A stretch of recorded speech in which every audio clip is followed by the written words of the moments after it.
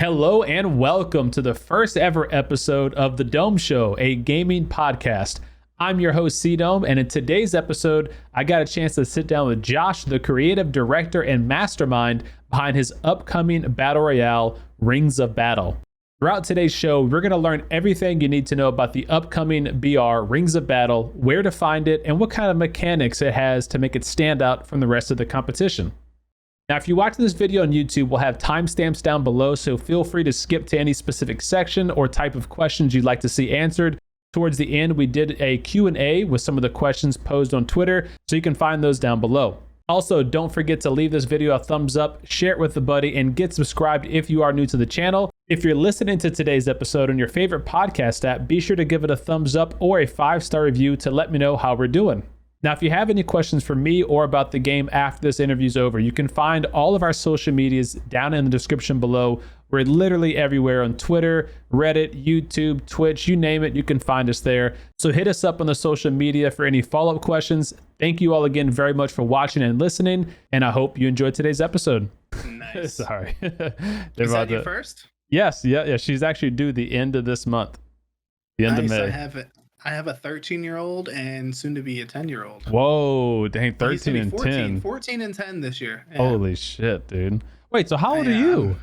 I'm 35. I'll be 36. Oh, you got an early start, man. I did. My first is at 21, yeah. Yeah, you got an early start. I'm 32. I was married for almost 12 years. Before number one came? No, we got married and then number one came. So he came like... Oh, yeah, if it's for 12 years, you have to. Yeah, okay. Well, I'm divorced now, but... Oh, shit, sorry to hear that, man. Damn. Yeah, man, it happens. It is what it is. I got another girl sitting in the other room, you know what I'm saying? I heard that. I've been with her for about coming up on 5 years now. Well, congrats, so man. Pretty good. What made you go out to... I mean, obviously, we're going to be talking about Rings of Battle later, but, you know, yeah. what made you go out to Germany? I'm, like... curious the hell's going on there. My ex-wife is German. Okay, all right. Yeah, I met her when I was over here in 2007 to 9. Yeah. Was that from the military? Mm-hmm. Okay. And we got married, spent about 7 years in the US, and then we came here. And then it takes fucking forever to get a divorce.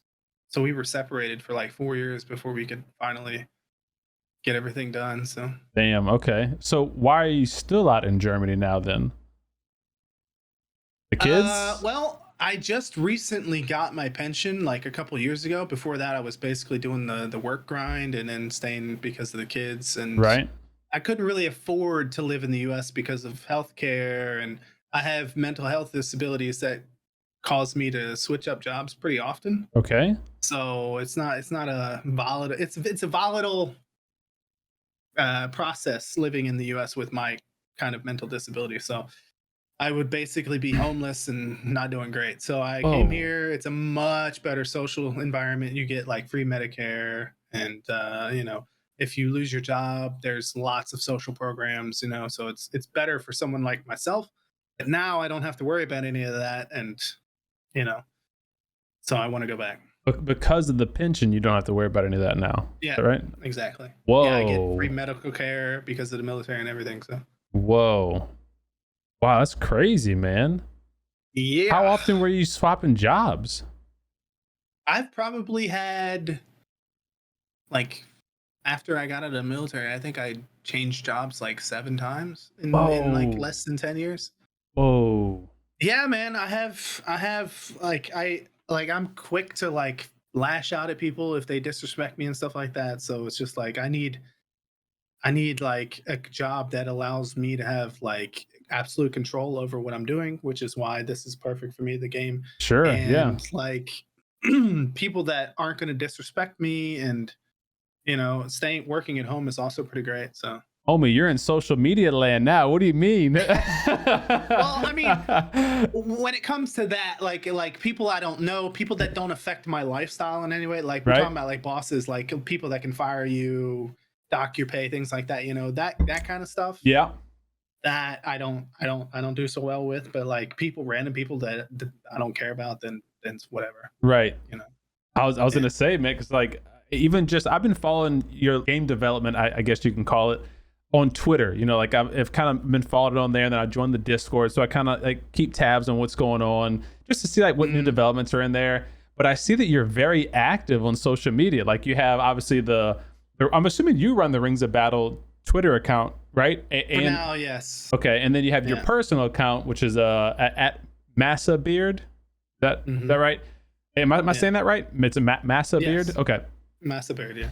And so you're on both of those, but I see that like some people like kind of took digs at you like I don't know, a couple weeks ago, maybe a month ago or something like that, about your we'll say your enthusiastic energy towards PUBG's kind of development process. Some people don't like that I diss on it now. Yeah. And I saw it looked like you kind of like not snapped back, but I was like, oh shit, kind of got a little defensive there, you know? A little bit. Like I have been trying to rein that in because obviously being a bit more of a visible character on social media, you can't be an asshole all the time. But yeah, at the same time, I do not mind snapping back if need be. I'll cuss somebody. I don't care. I can see that, man. Yeah. It's just funny you say like, I don't want people to have negative interactions with me, but then like you're trying to develop a game that's gonna have like a potential cult following, like PUBG. It's like, oh man. I mean, I'm trying. Like people have been pointing out how negative I was, and I've been trying to like bring that back.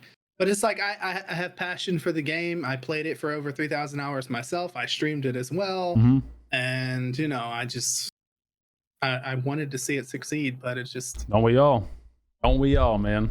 It's just hilarious how bad a company that makes that much money is doing with such a following. It's insane.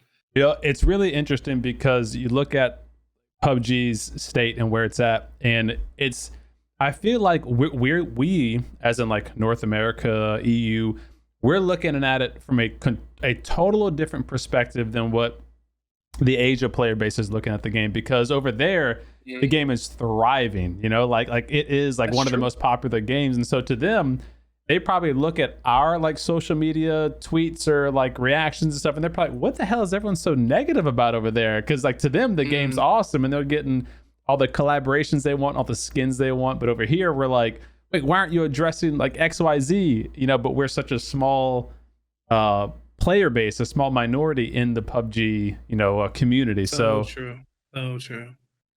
Yeah, I mean, so our goal in that regard is like, obviously we want to make sure that the Western player base is properly represented, but also at the same time, we're not going to forget about the Asian side either. So we're thinking there might be like separate events and things like that. So there'll be skins in Asia that are maybe be a bit more, wacky, sexualized, waifu, uwu shit, that they enjoy. That, I mean, if you want to get it, you can just like change your language or whatever and be a part of that. But right, I figure that would probably be the best way to go about it. Just have like those separations of church and state, so to speak. So how are y'all going to approach like the region format? Are you going to have different servers that each region can log on to, or are we going to be like server sharing across regions? Like how's that going to look? At the end of the day, it comes down to the financials, really. I mean, if the game blows up and we make a bunch of money, then obviously we're going to make it as diversified as we can. Right. So the more money we make, the more servers we'll have. Are y'all focused on like one particular region at the start, or is it going to be open to like... At the start, it's going to be EU and NA is what we're going to be focused on mainly. Okay. Because like I don't have money for like a crap ton of like translations of various countries. So we might have like only 2 or 3 languages like Spanish, German, and English. Right. In the beginning. That's the people that I'm working with. They can do these translations because we don't really have that many things to translate, to be honest. But and at the end, it just comes down to how popular it gets. If we start making money like gangbusters, then all that's going to go right back into the game. Yeah. Improving servers and expanding everything, creating more skins and things like that. Okay. So what, like, let's kind of take a step back just a little bit. Are you recording already? Yeah. Oh, okay. Yeah, Just want to make sure. we've been recording. Yeah, you're good? All right. No, I just wanted to make sure you weren't missing out on the juicy stuff. You know what I'm saying? Of course, man. Of course.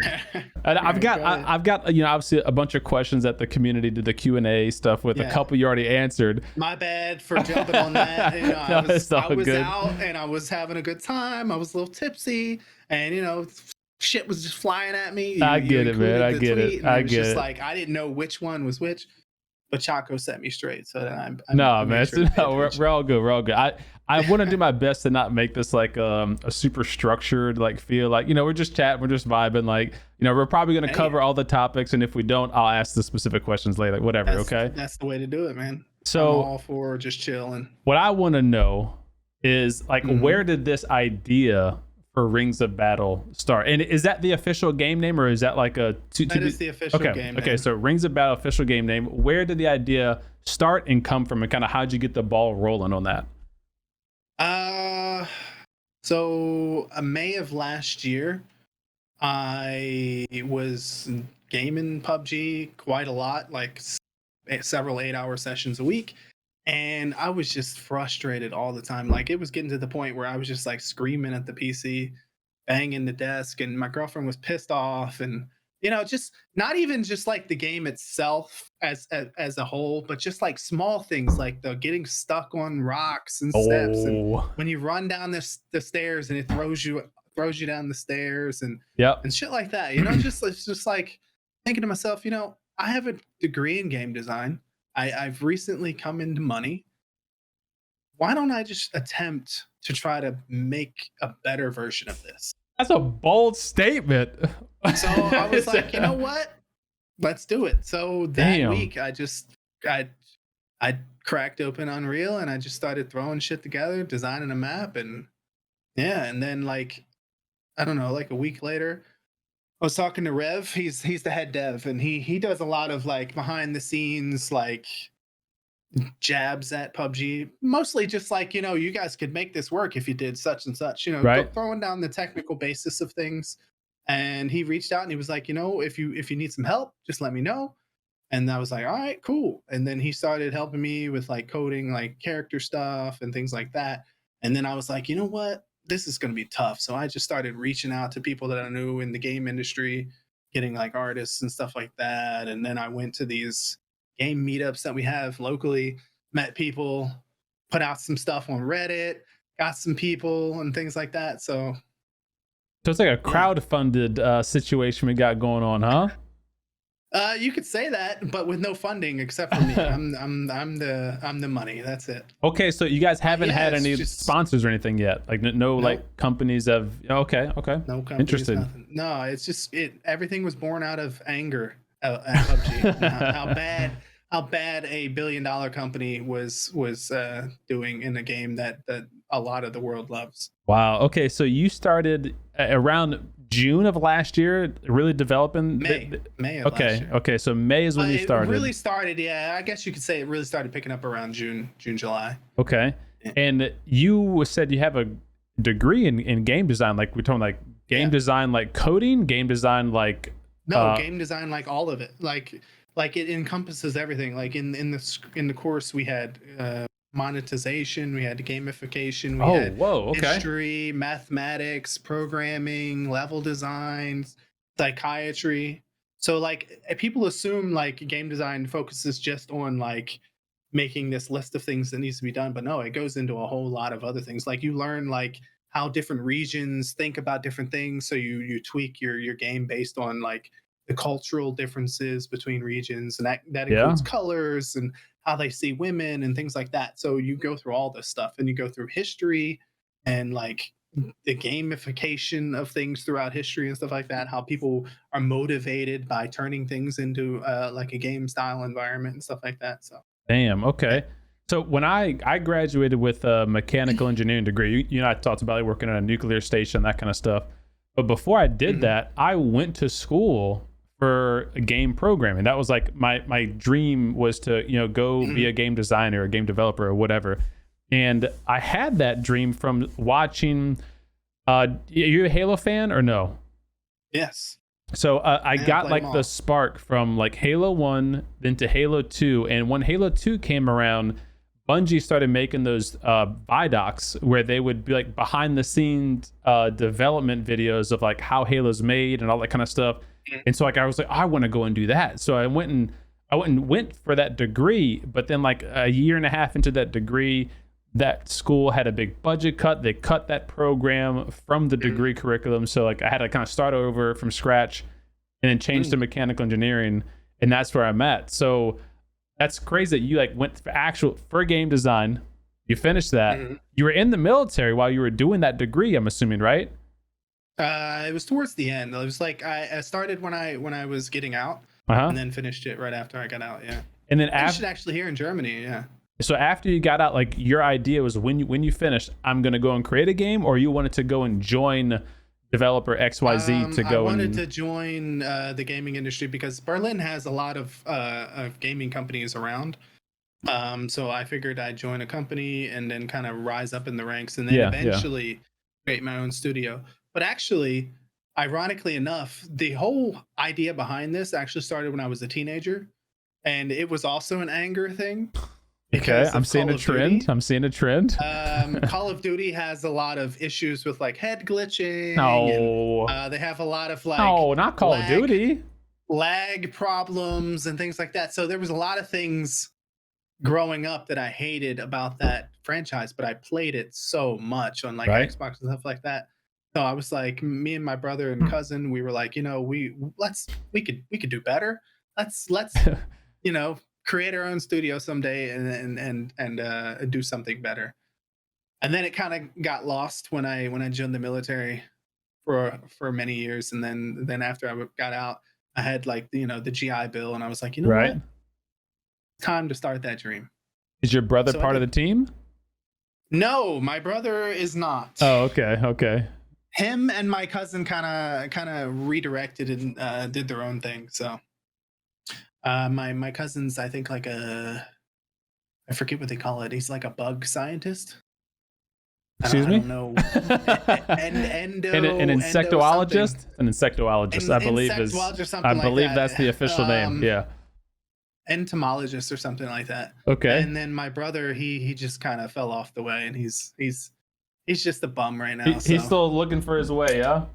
Yeah, he has his own mental issues as well. So he's dealing with that, and yeah, I'm hoping that if I do become rich, that maybe I can kind of redirect him on his path and get him out of the crap hole that he's in. But we'll see. Hell yeah, make him a part of your team, man. That's cool. Make it come full circle. He wants to be. Like when we were in high school, we had like computer classes, and he was always better at it than me, and he keeps bringing it up constantly. So he would love to work on the team, but we'll see. Yeah, we'll have to get him some training first. Time will tell. Speaking of the team, like how big is the team? Like what are we talking about when you say the team? Right now, the dedicated team is about 20 people, but then I have a couple of 3D modelers, animators, and things like that working on the side. Okay. Around about 20, 25 people. Is that pretty like average for like can I call it an indie game? Is Rings of Battle like considered an indie game? I guess you could call it technically. We're not even a company yet, so yeah, I guess indie. Nobody would call us AAA because of our backgrounds and the funding we have, but our aim is to make it a AAA game. But I guess indie would be the appropriate thing. But I don't know if 20 is like the norm. I don't know. Like whenever you talk to your gaming buddies, when you tell them like, yeah, me and my crew of 20, we're developing a game that's gonna rival PUBG, hopefully, like do they look at you like this dude's nuts, or like yes, everyone looks at me like I'm nuts. No one expects it to go through, but I mean, like when you're in the engine and you're doing these things, you realize that it's not as hard as people make it out to be. The problem is usually management. Okay. Like what do you mean? Like they make the scope way too large, and there's so many features, and there's so many things that you have to appease people with, and stuff like that. And that's really what makes the game suck in the end or be delayed, because they just make it way too large. The expectations are way too high, or they want to incorporate like a lot of unknowns, things that have never been done before, Mm-hmm. stuff like that, or they want to create like these graphics that are so grandiose that you're going to get 20 FPS and stuff like that. So Right. it's mostly management decisions and stuff like that. So Well, you bring up an interesting point with the graphics, because in the actual background of this video, I have one of the images you put out of it's like a sandy beach scene with like a little island resort above the water, a little windmill in the background. And so that you're on the Unreal Engine 4 or 5? 5. So you're on the newest Unreal Engine. Yeah. And I mean, from the stuff you've shown, the little video walkthrough and the images, the graphics look great. So it doesn't seem like that's going to be a struggle point for you guys. It depends on how you look at it. Obviously, with what we're creating, it's not going to be like PUBG 300 FPS kind of thing. We're aiming to have minimum 60 for like lower end systems, and then you're probably looking at like 120, 140 FPS on the higher end systems. Okay. But with that said, it's going to be a lot smoother in terms of movement and things like that. So it might not be 200 FPS, but it's going to feel a lot better than PUBG currently does, because there shouldn't be as much stuttering, crashing, getting stuck on things as you see in that game. Does Unreal Engine 5 make that easier because the engine's like more optimized? Is that why it's able to be less stutters, less crashes, but potentially lower overall FPS? Well, the lower FPS is because we're going for a little bit higher graphic fidelity, because I think PUBG looks like crap. Okay. even on Ultra, right. it doesn't look amazing. So we want to go for something that looks a little bit nicer, feels a bit more premium. But as far as the other stuff, that's just coding. That's just the developers. As you may or may not know, the people that made the game for PlayerUnknown, they were very new to the engine. Right. And they were using a pretty old version of the engine. And so that just comes down to them just like kind of jerry-rigging everything.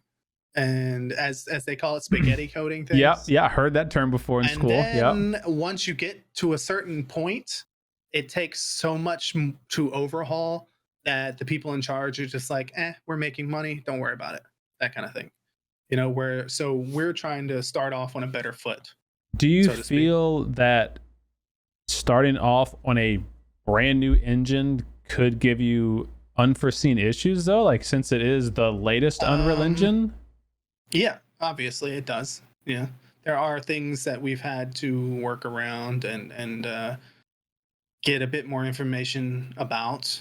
I mean, the documentation right now is very small in terms of what's on Unreal Engine 4, but Rev 5, you mean? And what's on Unreal Engine 5? 5 compared to 4, the documentation is basically non-existent. Oh, okay. So because it just came out, like all of the documentation on like Lumen and Nanite and all that stuff, it's very small. Okay. So right now, if you have issues, you're basically kind of SOL and trying to piece things together. But luckily, the things that we've been doing have just been slightly updated from the other engine, so there hasn't really been that many issues. Okay, well, that's good to hear. What kind of, like, if you had to pinpoint the hardest stopping point that you guys and your team have had so far, what would have been?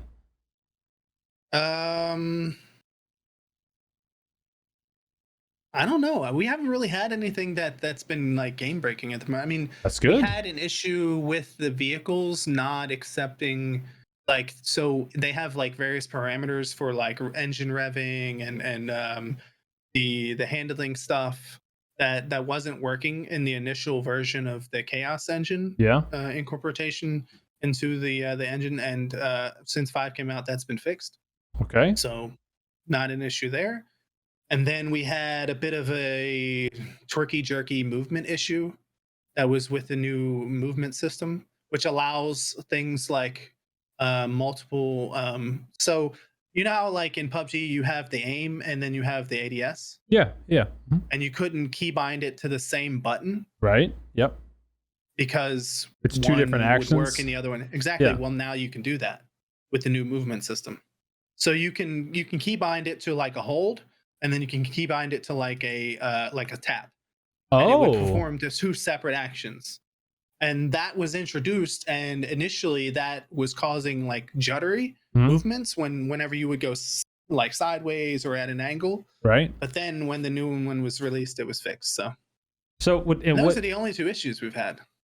What that's referring to, in case people aren't familiar, you're talking about the aim key, the AIM key, which is basically a concentrated soft aim. Like, it's not hip fire. It's a little more accurate than hip fire, but it's not putting your iron sights, up to your face. So what it is actually is with hip fire, you're just like, you're holding the gun and you're just kind of letting it go. Right. Whereas aim is where you're bringing it in. So you're like ADSing, but at the hip. Gotcha. You know what I'm saying? Yeah. You're bracing for the recoil, which is why it is more accurate. More accurate. Makes sense. Yeah. So that and ADS could be both now bound to the right key with different like release methods. Right. Okay. So you could tap for one, hold for the other. So that gives players a bit more customization too. That's good. That's cool. Okay. Yeah. If we implement that. Oh, okay. So y'all haven't decided to go that way or not? Okay. The thing is with these things is it's like, yeah, we could do that, but then it's like, can people somehow like use that in like a cheating way or take advantage of it in some way to make like this accurate or that accurate when it shouldn't be? So that's the kind of thing you have to think about. Like, if we were to implement this, is it going to make the gameplay unbalanced in any way? It's an interesting approach. Okay, so and by that I mean like with the leaning, and where people abuse the leaning to Lean get better, spanning, accurate shots and also not be hit. Right. Stuff like that. You know what I mean? So we have to think about that. So that's interesting. You guys are taking that into consideration at such a beginning stage. How are y'all approaching cheating, like anti-cheats? Do y'all have anything that it's in mind to develop for that, or how does that work? Rev has some people that he's reaching out to get some anti-cheats. Obviously, we're going to go with like the basic things. What is it called? Battle Eye? Yeah. Battle Eye and things like that. As we make more money, we're going to implement better things. But one thing that I've thought about, and that's kind of why I've been doing some of the, we'll talk about the weapon recoil and stuff like that later, but the incorporation of that recoil mindset is also going to help us better find like macro cheaters and things like that. Okay. So like the game design itself is also designed in a way that it makes cheating a bit easier to see. To detect. That makes sense. Okay. Yes. Like detect at an automated level, or detect at like if you were both. looking at the code. Okay. Okay. So the goal is to eventually have a team of people that check for reports while also having a automated system as well. Like a team of community people, like what PUBG has, or like a ROB team, like an actual like team that is dedicated to like reviewing cheating videos and stuff like that, and also perhaps like going into games and watching them live and banning people on the spot, kind of like what Call of Duty does. I was gonna say that's very popular with Warzone, especially the bigger streamers with thousands of viewers watching. To see one banned like that, even if it's a drop in the bucket, so to say. It gives a warm and fuzzy feeling to obviously the streamer, and then to their viewers who are watching them, like, oh wow, the devs care about this gameplay, this integrity of the gameplay. So that's cool. I very much do. Yeah, that's cool. I hate cheaters. Yeah, agreed. Do you play Warzone at all, or like do you dabble in other games? I have played Warzone. It's not my thing. Like I play the regular Call of Duty. I love that, like the campaign and things like that. Oh, okay. TDM, yeah, gotcha. I played the campaign, beat it. But TDM's kind of my thing. I don't like Warzone's way of doing things, like with all the like ways to find people with like the UAV the snapshot perks grenades, and stuff like that. UAVs, perks, all that. To me, it just feels way too arcadey for me to really get into it. I'm more of a hardcore. I'm ex-military, so I like a bit of realism. So and that's okay. You bring up a good point with the realism, the military. So like obviously this is your game is touted as like a better PUBG, like a PUBG competitor, like a military, not simulated, but a military battle royale, right?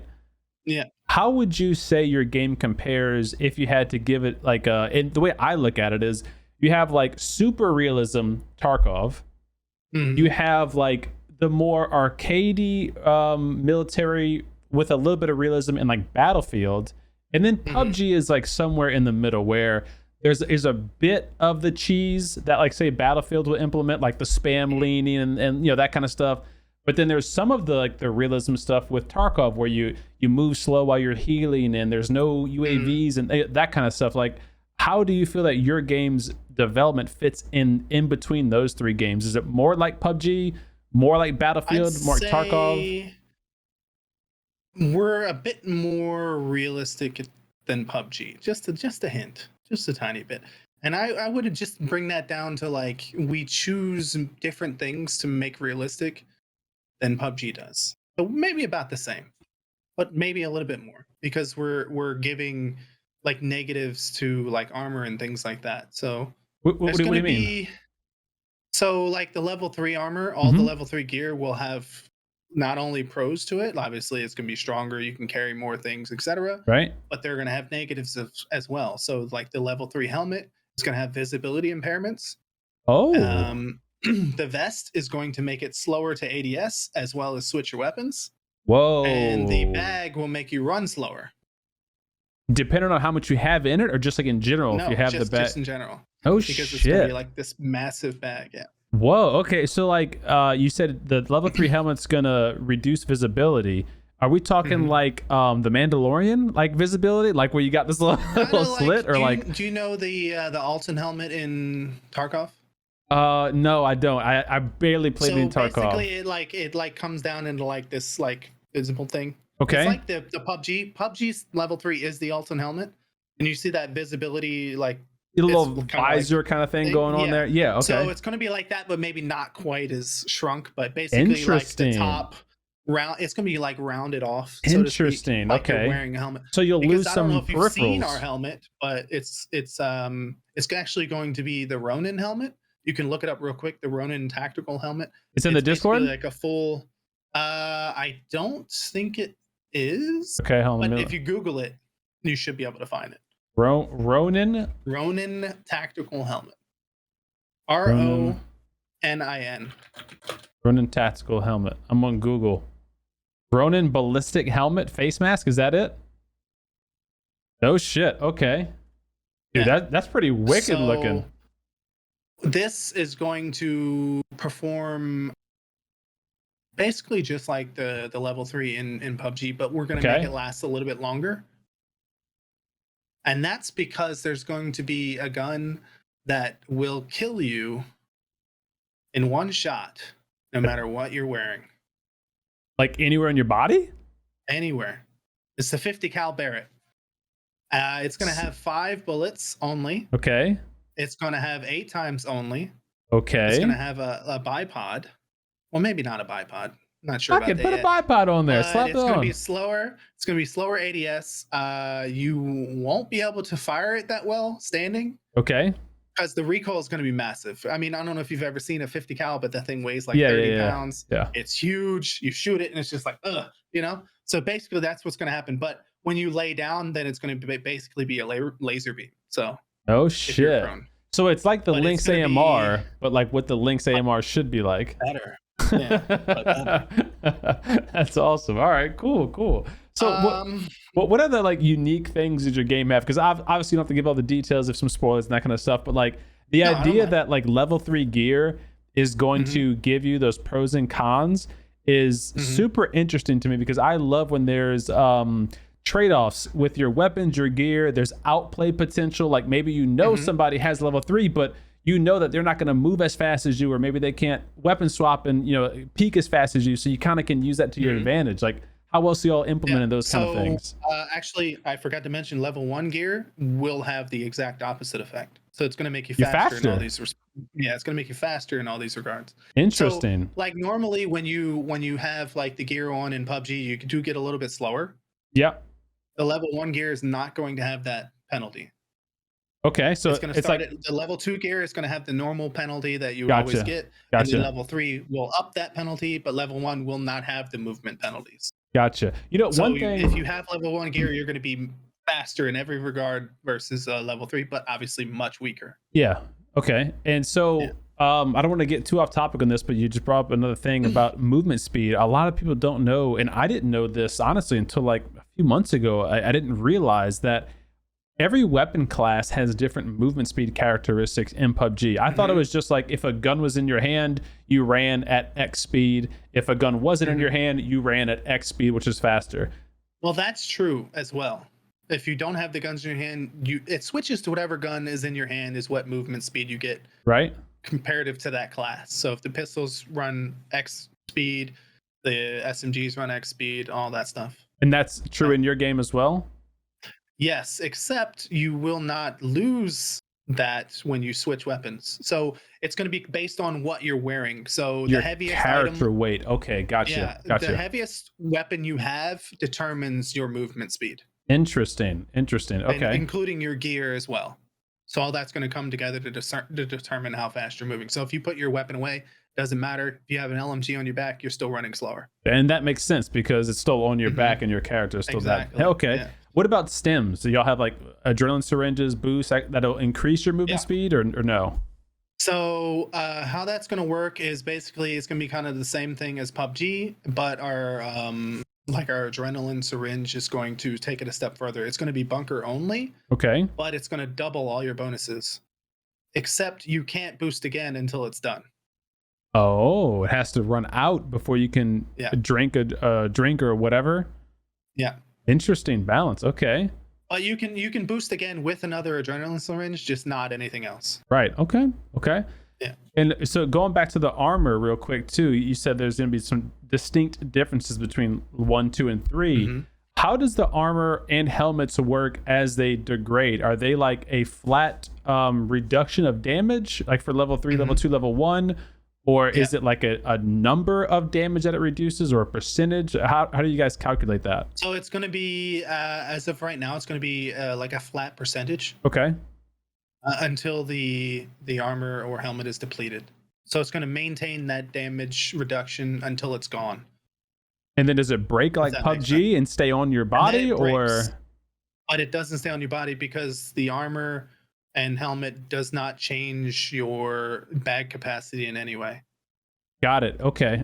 So when it does break, it's off your body. It's gone. It's gone. Okay. Yeah. Is there any way to repair armor, repair helmets or anything like that? We are thinking about doing that. So right now the plan is, I don't know if you know, in the bunker, we're going to have this, like an upgrade machine. I've heard you talking about a little bit of it. Yeah. We'll have the ability to like change weapons in a certain way, but also you can buy a new parachute bag if you want. We'll go over what that does in a minute. And then right now we have, a vehicle repair kit. Okay. But we also might include the armor repair kit as well. Okay. But we'll see. We'll see how that balances out. Because we want loot to be plentiful as well, so it might not even be necessary. Right. Yeah. So you've already hinted at the bunker. I know a lot of people listening may not even know what the hell you mean by bunker. So from what I understand, and then obviously you can go into details on it, is think of havens, commander bunkers where there's a few heavily guarded drones or bots, I should say there. And those bots are defending this loot bunker, which is going to have loot, a upgrade table, and even maybe a revive mechanic in there too. Is that right? Yeah. Okay, so how is that bunker going to like work inside of the game? So basically, have you ever played Division? Division 2 or Division I played 1? Division 1. Yes, not Division 2. So if you've played like the harder enemies, like the heroic and above, that's kind of how our AI is going to work. Bullet spongy? They're going to be bullet spongy, but also very, very intelligent and tactical. So they're not going to be like PUBG. So you're not just going to rush in and murder them right away. So I've gotten killed by a couple of PUBG bots. All right, let's. Yeah, I mean, I think that happens to everyone, but after a while, you just know, like, if you take a certain corner, or whatever, you know where they are, and you know how to kill them. So, a couple of things: the positions of the AI bots, whatever you want to call them, is it's going to change every time. They're also going to be roaming back and forth, moving around, doing their thing. And they're going to be tough. Like, they're going to take cover. They're going to throw grenades. They're going to talk between each other. There's going to be like snipers. There's going to be a heavy. Whoa. There's going to be like little fodder, I guess you could say. So it's not going to be easy. It's going to be a proper challenge. And also, I talked with my head dev Rev the other day. We're going to have the bunkers be kind of like on Paramo, where the cities change. Oh, okay. Matches. They dynamically so the inside change. of the bunker is going to dynamically change. So every map, you're not going to have the same inside of the bunker in every bunker. So every time you go, you're going to be like, okay, we have this layout now and this and that. So the layouts are going to change between matches. Every bunker is not going to have the same layout. And basically, you just go in, you clear it out, and then there'll be the level 3 stuff in there, and the revive, and as well as the table. So the level 3 obviously will be used up right away, should they take it. That won't come back. But the revive machine and the expansion table, or whatever you want to call it, upgrade table, will stay. So even if someone has already cleared it out, you can still go in there and use these things. So but also, okay, go ahead. Rev has hinted that we might have a respawn of the AI. So they might have like call for backup kind of mechanic. Oh, so okay. After like 5 minutes or so, more AI might rush into the bunker and resecure it. So that you can't just go back and like replenish your ammo or revive your teammate. Is that the idea behind that? Yes. Interesting. Okay. God, I got so many questions about the bunker now. So yeah, go ahead. Okay, so number one, I'm assuming we're starting off with one map, like your Erangel or whatever y'all call that map, right? Okay. So in that map, how many bunker locations are we talking about here? Right now I'm thinking about 10.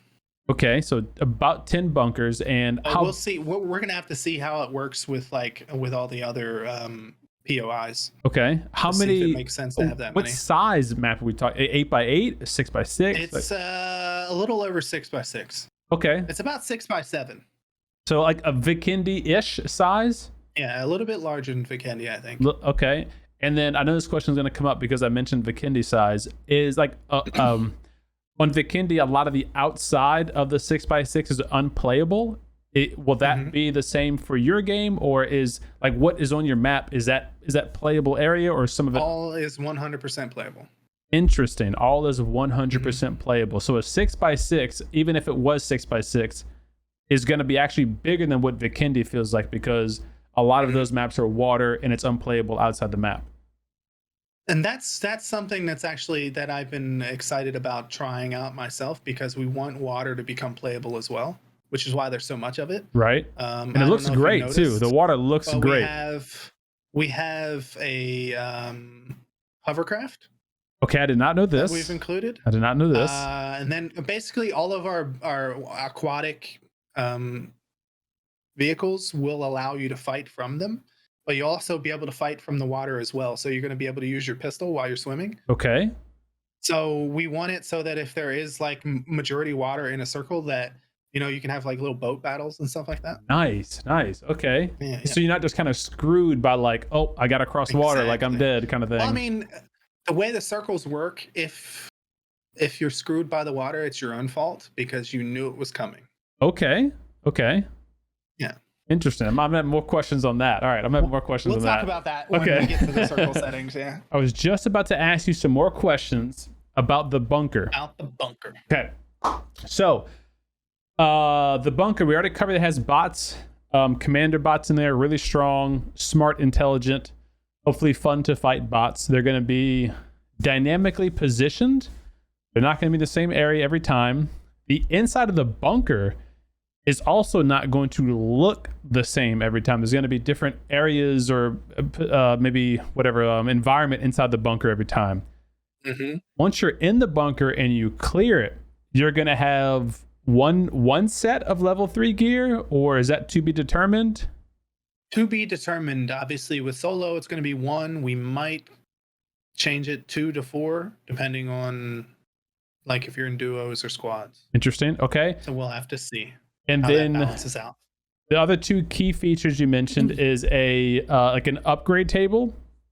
Can you tell me a little bit about what that system or design is going to look like, what it's going to do? So basically, for each of the weapons, maybe not all of the weapons, but for some of them, we're gonna have like a thing that you can do to them. So like the Scar L, you can change it to the Scar H, which changes its ammo from 5.56 to 7.62. Ooh. And what that will do is make it more powerful, Whoa. but also less advantageous in terms of long range combat.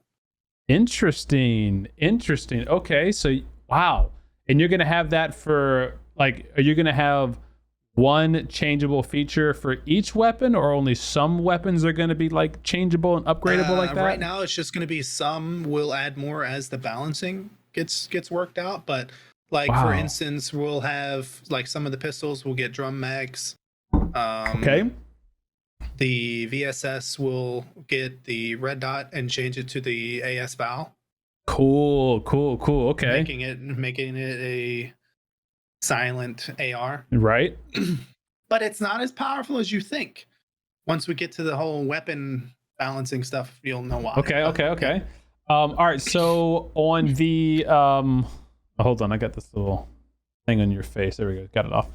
On the upgrade table, can you turn 2 3Xs into a 6X? No. Okay. So basically, you'll come there with blah. You'll come there with blah weapon or whatever. You'll go to the machine and you'll be like, I want to add such and such to said weapon or make said weapon this, and then you will then be given the option to trade the items in your bag for said upgrade. Oh, so it's gonna have a currency. You'll have to give up like your meds, some ammo. Oh shit! Maybe okay. some attachments or something like that. Each item in your bag will have a certain value to it, and then the upgrade will cost such, and then you trade the items in your bag for that upgrade. So it's gonna be kind of important to carry maybe a little bit excess before you go to the bunker if you're anticipating doing upgrades or whatever. Yeah, but like with the with the weapons for the drum magazines, you're going to need to have the weapon and an extended magazine to trade.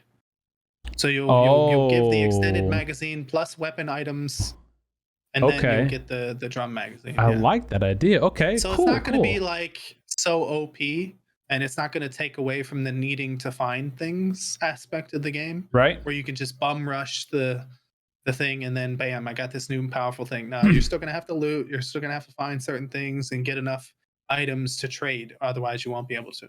Okay, because that was my next two questions were, and I guess I'll save the best one for last. So let's go to your point right there about bum rushing. A problem with PUBG that we've seen in the past, it's brought itself back up a number of times, is when they implement a new cool feature, especially a feature where people know where it's going to be. It's a mad dash to that particular thing, and half the lobby dies off the rip trying to do that one specific thing. How do you approach the bunkers and rings of battle? Is there any kind of like timer on when the bunkers can be entered? Do you need something to enter it? Like, how does that work?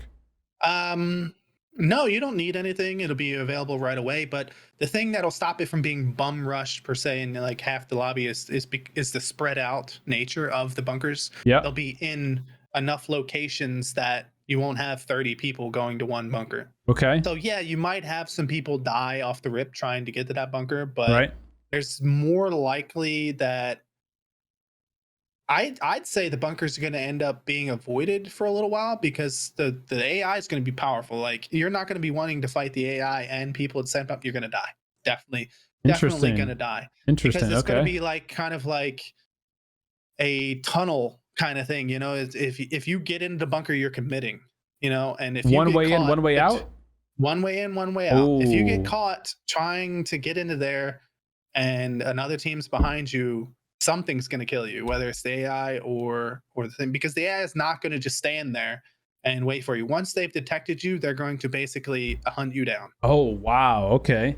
Yeah. So you need to make sure that if you approach the bunker, that you've properly cleared the area and that you're situated with good weapons and things like that to actually take on the bunker, because it's not going to be easy. Okay. It's going to be harder than getting a drop. So, like on Vikendi, I'm sure you play Vikendi a million times. Yeah. when they added the cave bunker, it was one of the coolest things they did. And a lot of people don't know there's actually two different like bunkers on Bikini. There's the cave bunker, and then there's the underground railroad bunker, where it's like they kind of put some PUBG lore in there. But the cave bunker was the big, like, everybody mad rush into there.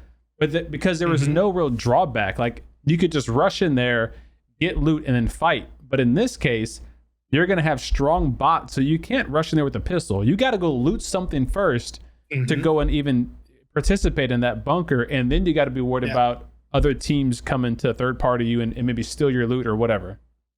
And also, the bunkers are not going to be located so close to anything else that you can just land, loot, rush. Gotcha. So there's going to be that buffer between that. But also, like with the pros and cons of everything, like some people might not even want to get that loot. And be like, I don't want to be slower. Yeah, tons of people are not going to want to risk that. They don't want to risk it. I don't want to use that 50 cal because it's so fucking slow. Yeah, it's powerful, but like it's one of those guns where you need to not take the shot unless you know you can get the kill, because the taking the second shot is going to be 2-3 seconds. 2 or 3 seconds. Oh wow. Yes, because we don't want it to be like 5 easy kills, bang, bang, bang, bang, bang, done. Because it's also going to take out vehicles. It's going to be a very powerful gun, but it's going to be a pain in the ass to use. It's going to be a camper's dream weapon, so to speak. Like that sneaky, take a shot when a guy's standing still, don't take a shot any other time kind of thing, you know? Bullets go through people? Shots. It's like a bullet penetration. Yes, the bullet will. So you can get collateral with this. No shit. Through environments too, or just people? Collateral, man. We are working on environmental penetration as well. Yes. Okay. Love me some good penetration. We're hoping to get that in there. So we'll see. But at the very least, like the little wooden banisters, we're definitely going to have penetration for that. Gotcha. No more dying because your bullets hit the wood. Yeah, a little 1-inch piece of 2x4 or 2-inch 2x4. Okay. All right. So then, another question before I get to my last question in the bunker. You keep bringing up interesting stuff. I have to ask. Inside the bunker, is there going to be guaranteed a certain type of weapon, or is it randomized? Like, oh, we have 7 different loot drop weapons that are potentially in the bunker when you go in there. As of right now, we have like 3 or 4 loot weapons in the bunker. So right now you'll get one of those. And it's like one of them. Not like they're all there. So we have the Deagle, which is going to be the mini version of the Barrett. Okay, that's a loot weapon. But obviously a lot harder to use. Interesting. Because it's a pistol. Okay. And we're gonna have the AUG.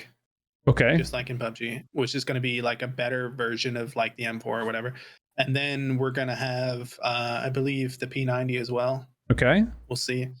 I haven't quite decided. It might be just the Groza.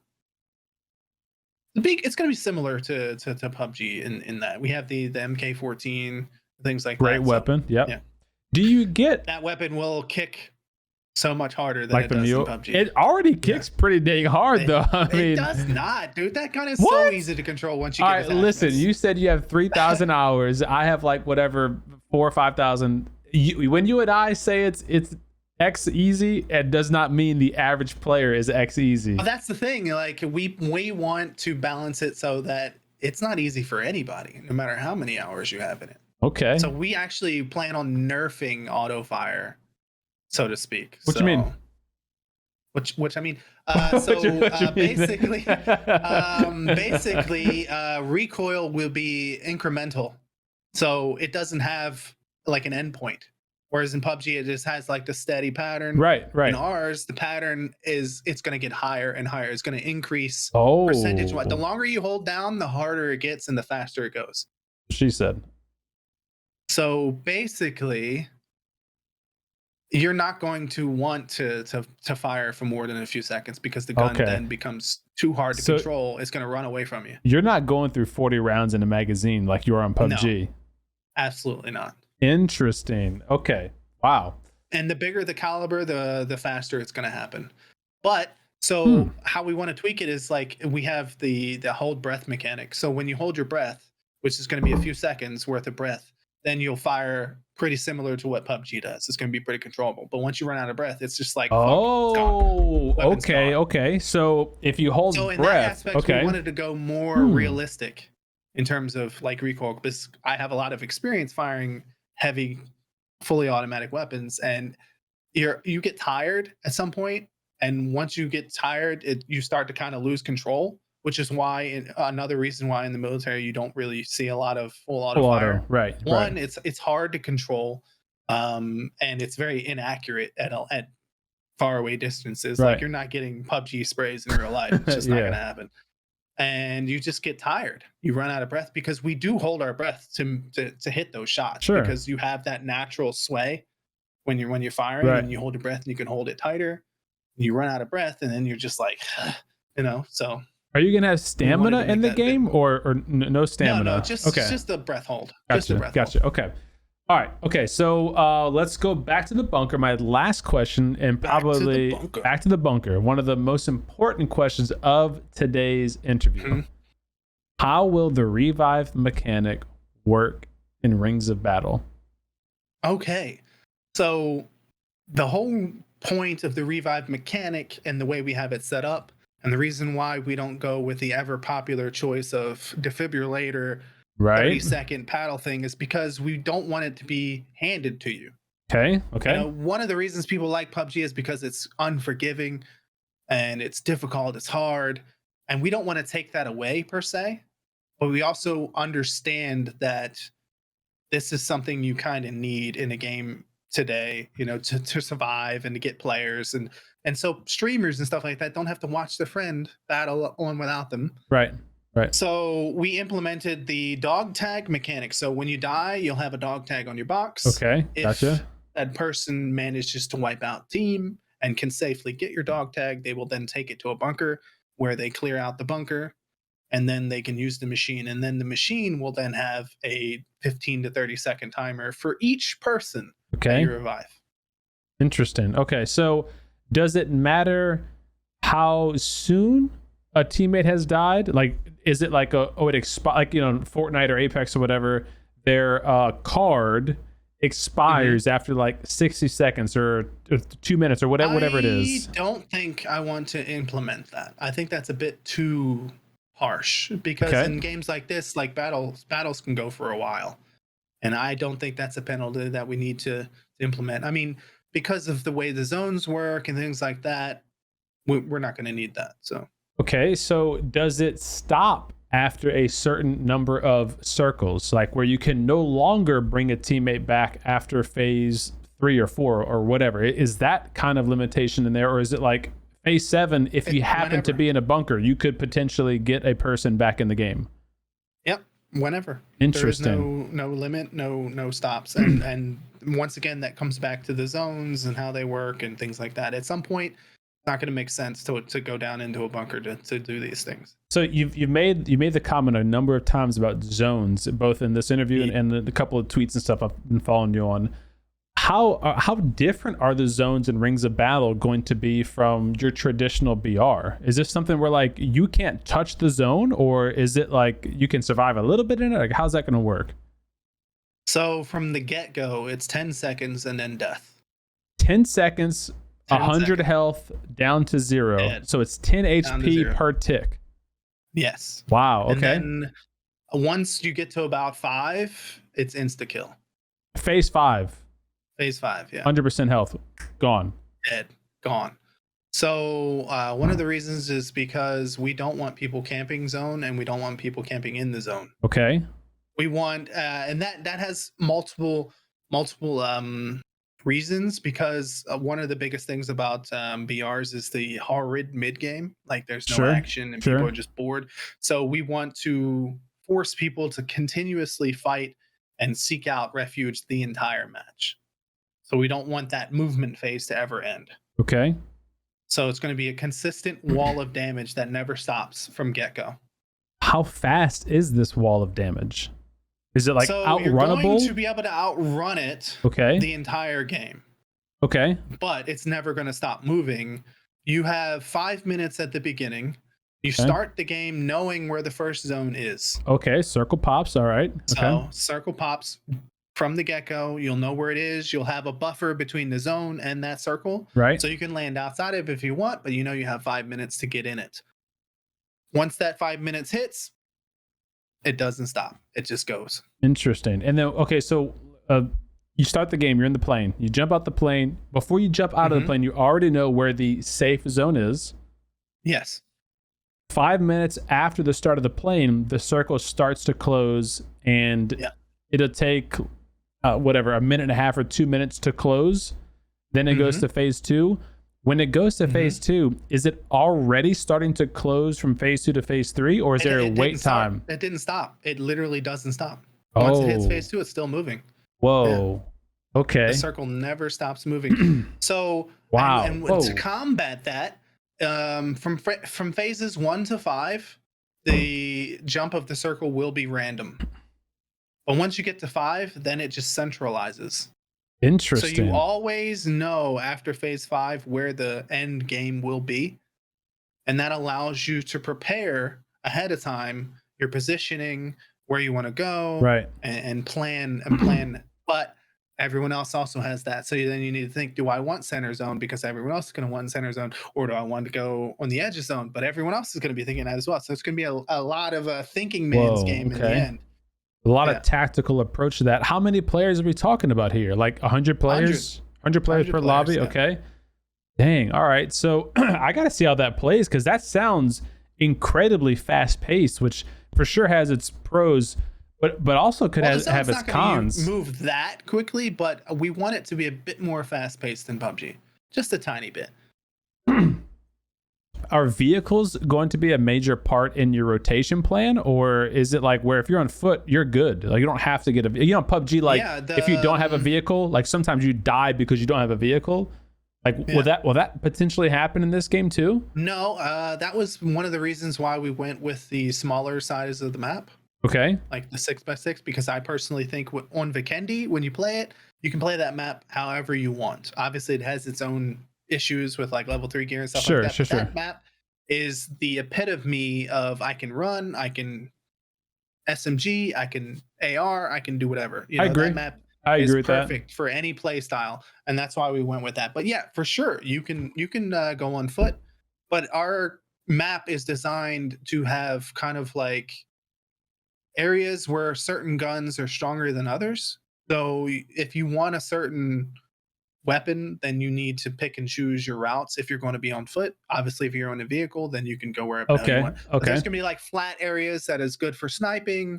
There's going to be populous areas where you're going to want an SMG, and then there's going to be like mixture with like lots of cover where you can work through it with an AR. So when you said like some weapons are going to be stronger, you didn't mean like their damage numbers or whatever are going to change. It's just like they're more versatile in those certain areas, or they're less versatile, and they're going to do more damage in certain areas. Not in that way. So the way we're combating the meta is to revamp the way you see how weapons work. So the SMGs are going to have higher base damage than the ARs. Okay, makes sense. So how that works out is like, let's say you have like in PUBG, you have the M4 does 44 damage. Sure. And then you have the UMP. The UMP is going to do like 48 damage. But no limb damage multipliers. No multipliers whatsoever to any of the guns. So, but what then makes the SMG not viable is basically the weapon drop off. Yeah. Like the damage drop off. At like 30, 40 meters, the damage is going to go from 48 down to like 35. Which is where the M4 is going to have that flat 44 out to like 300 meters. Gotcha. So it's going to be the mid range, but if you get in close, you're going to get smoked by an SMG. Okay. That's very interesting. So how does that... Yeah. Oh, man. I mean, I guess it's kind of a rhetorical question, but you could see how late game it would be very beneficial to have an SMG potentially if it's... You're going to be close quarters automatically. So that's the plan is we don't want people to get stuck in, I need this gun or I need this loadout. We want you to think, this circle, I want this. This circle, I want this. So I want you switching your guns multiple times mid-game. Mid-game to fit. That entails, the good loot that we're going to be putting down. Like, we're not going to be Miramar in it. It's going to be like Sandhawk, Tego style loot. There's going to be shit everywhere. So there's always you're guns not have to find. Okay. Yeah, and also like the attachments are going to transfer across more weapons. So If that makes sense. okay, Like so like the butt magazines and stock is stuff. going to go. Yeah, magazines are going to go AR DMR. They're all going to be compatible. Okay. So SMG with pistols all going to be compatible. Butt stock is not the butt stock, but the tac stock is going to go across all the weapons. So SMGs, AR, DMR, Okay. any that takes it, it's going to take one attachment, and that's how we kind of make it more bearable to switch to a different weapon. You're already going to have most of the attachments that you need already in Right. your slot. So you just grab the weapon, switch out, done. Right. You just Plus, need the ammo. each weapon is going to have 90 bullets on deck. Oh, every weapon spawns with 90? Every spine spawns with 90. 60, 90, we'll see how that tests, but you're going to always get weapon ammo with every weapon. Interesting. Okay. And you start with a pistol. Yeah, so we want to combat meta by making it imperative to change up your weapon choices throughout the match. Okay. And you said you start with a pistol too, right? Like when you spawn, you have a pistol. How many bullets are we talking? Like two magazines, one magazine? Probably like one magazine, maybe like 15, 20 bullets max. Kind of like what Warzone does? Like in that? Yeah. Okay. Gotcha. But wow, cool. One thing we're bringing over from Tarkov is an unhelmeted head will die in one bullet from every gun in the game. Any gun? Any gun. So you ain't got a helmet? Pistol? One headshot. Pistol. The pistol you spawn with. Yes. You could one shot somebody. Yeah. Dang. Okay, that's got to be dangerous. About to be interesting. That's dangerous. Wow. Okay. Like the loot is going to be distributed in a way that you don't have to hot drop. But if you want a little more fun, people are going to want a hot drop. Josh, come on now. Yeah, they're going to want a hot drop. And you know what? You're not going to land and be like, oh fuck, I don't have a weapon. You got one. Interesting. Okay. So, wow. Could you imagine, for the listeners at home, imagine hot dropping like school on the rooftop and nobody's even looking for a gun. They're just pulling their pistols out, trying to pistol whip you in the head. Wow. Okay. Interesting. All right. So let me, speaking of the listeners, I put up a Q&A on Twitter and they gave a lot of good questions. We already kind of covered, I think, a good bit of these, but if you don't mind, let me go through some of these and we'll kind of like shoot from. Okay, let's go.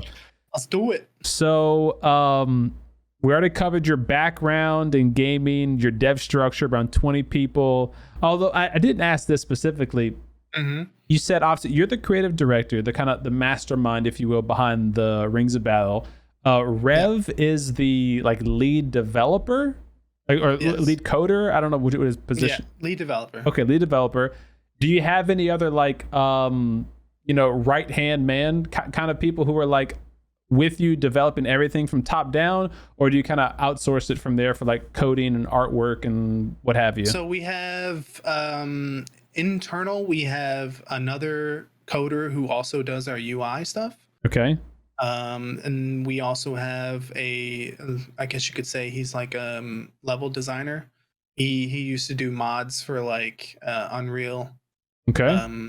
The old shooting game. Unreal Unreal Tournament. Yeah. Mm-hmm. And things like that, and old COD games, I think he said. And then we have some modelers in house. We have a few artists. Then we have infrastructure guy who used to work with Amazon doing AWS systems. He's going to be working on the networking and the background stuff.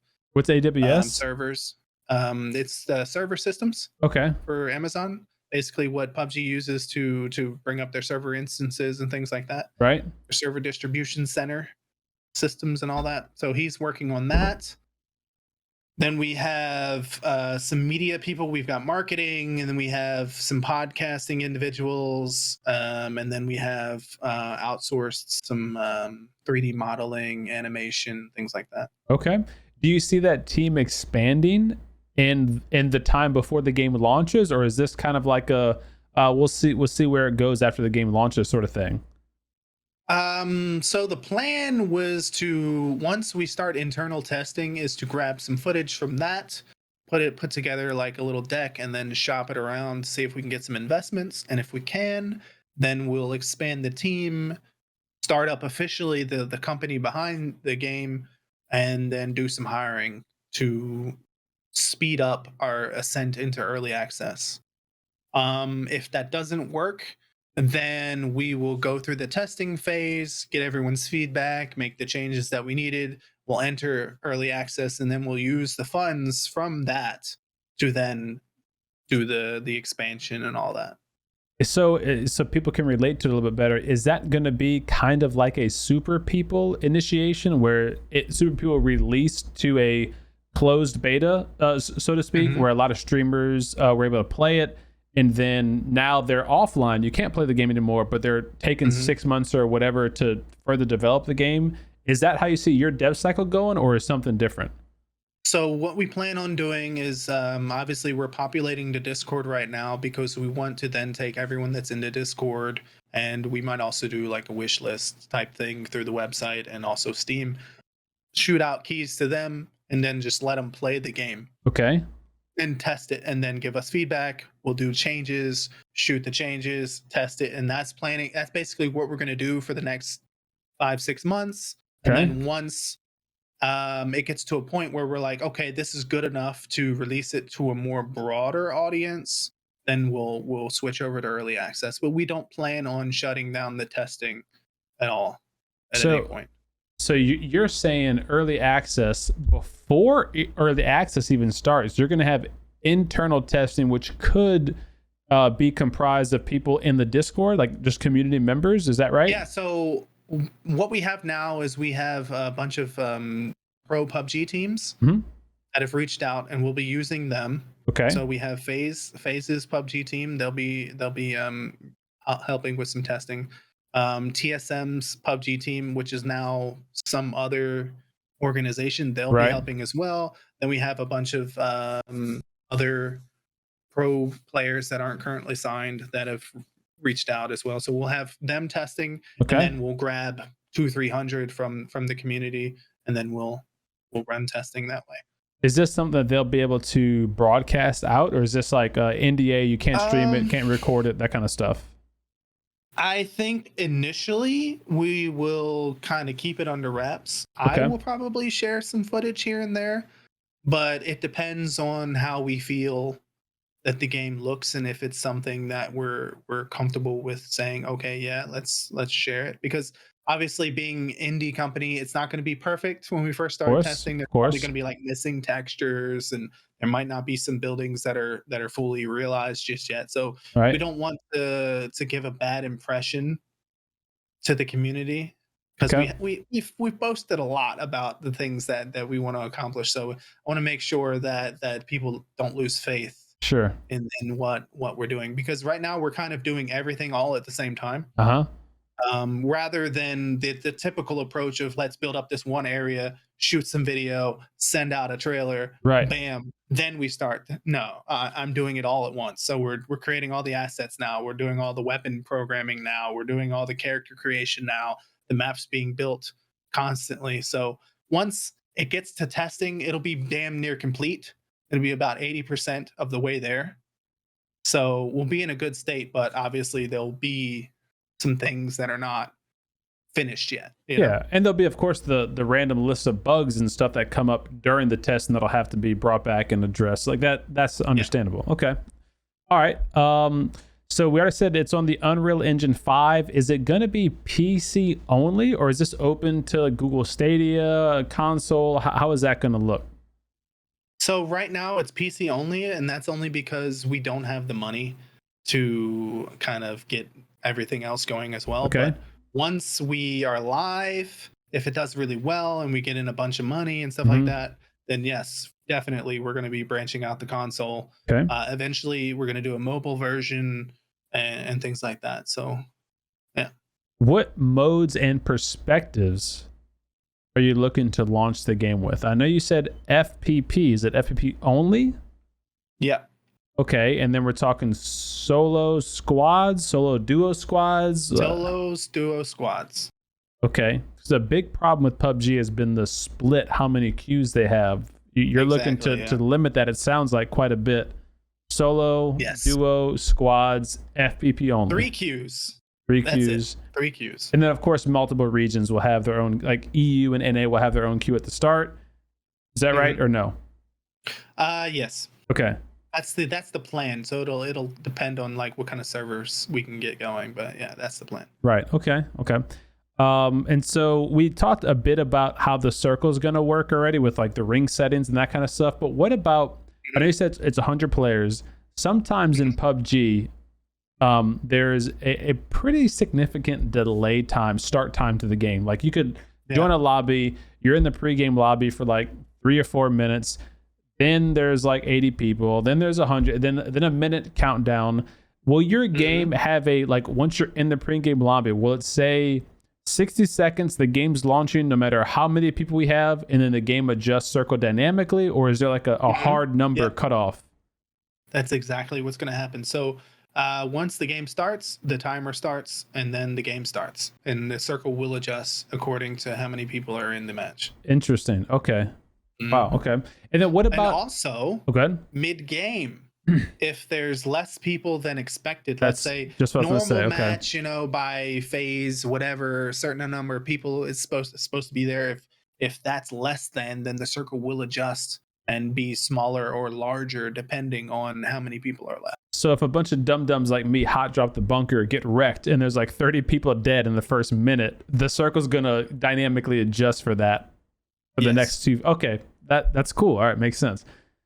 Okay, so what about one of the Twitter users asked this question, the live service model for the game. So PUBG's been out for like 5.5 years. It's obvious that all online games, but definitely BRs, need player retention. They need things that the players can grind for, consistent updates. What does your dev plan look like for that sort of approach? Let me pull up the thing that I posted here. So basically our ranked system is planned, we're not going to separate it. It's going to be built into the regular queue. It's going to be a part of the matchmaking process. Okay.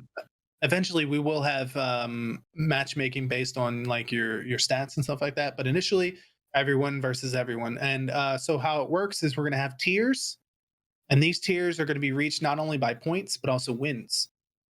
Okay. So each region is going to have like 100 slots at the top. And in order to get to these slots, you need to not only reach the points, which comes from kills and survival rates and zones that you survive through, things like that. Various reasons you get points, damage, etc. Right.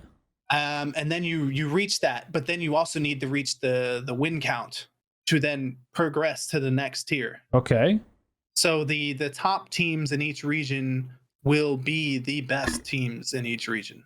Interesting. Not so it's only a combo. by stats, but also by wins. And then each region will have will get currency and skins and things like that will be rewarded to them that are exclusive to that season. In-game currency we're talking about, right? Yeah. Okay. So the in-game currency is going to be just the one currency. You earn it through play, but also with winning the region or being the top 100 of the region. And then this currency is what you use to buy the skins. You can also purchase more of the currency to buy the skins. Sure. Okay. As well, if you want to, but you don't have to. You can completely grind it. But also there will be another currency that you get for winning. And then that will allow you to buy exclusive skins that you can only get with that currency. Oh, okay. So like a special shop or a special currency that you only get from winning. Okay. Each win will give you a certain amount of that currency. Then you can take it to the specific winning shop and then buy the skins that are there. Interesting. Okay. Yeah. So how often do you plan on updating those shops? Like, is this like a seasonal, every couple of months, like PUBG thing? Yeah, okay. Every couple of months thing. Yeah. Interesting. But also we plan on doing like a legacy shop kind of thing.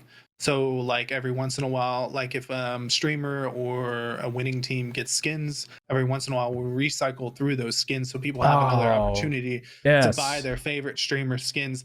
But also we plan on giving the streamer like their own like bundles that they can just give away. Oh, cool. Cool. Okay. Yeah. That's one thing I wish PUBG always did, man. So it's like, oh man, I missed out on your skin. And then the streamer's like, bam, there you go. Here's the code for it. That's super cool. Super cool. They can run their own competitions. So the in terms of I guess this also comes to like esports and stuff like that. In terms of that, the ultimate goal, because we've been speaking to a bunch of people that work the PUBG esports scene, Right. and that they've voiced some of the things that they want in terms of like recording features, observational features, and things like that. So we Mhm. plan on drastically updating that side of things. But I want to see kind of like an NFL league kind of thing. Hey, what you mean? That makes sense. No, it So didn't. not only do you get money for winning, but I Okay. also want to award teams just money just for being part of the league. So everyone's going to get like a base amount of money, Okay. regardless of whether you place in the top 10 or not. And then obviously the ones that do the more winning get more money. You're saying like real money, like real Like dollars. real moolah. Obviously this comes down to like how much we end up achieving and making, but if we Right. achieve PUBG numbers, then that's something that I plan on doing. Interesting. Now these you're I want hoping to create a do league.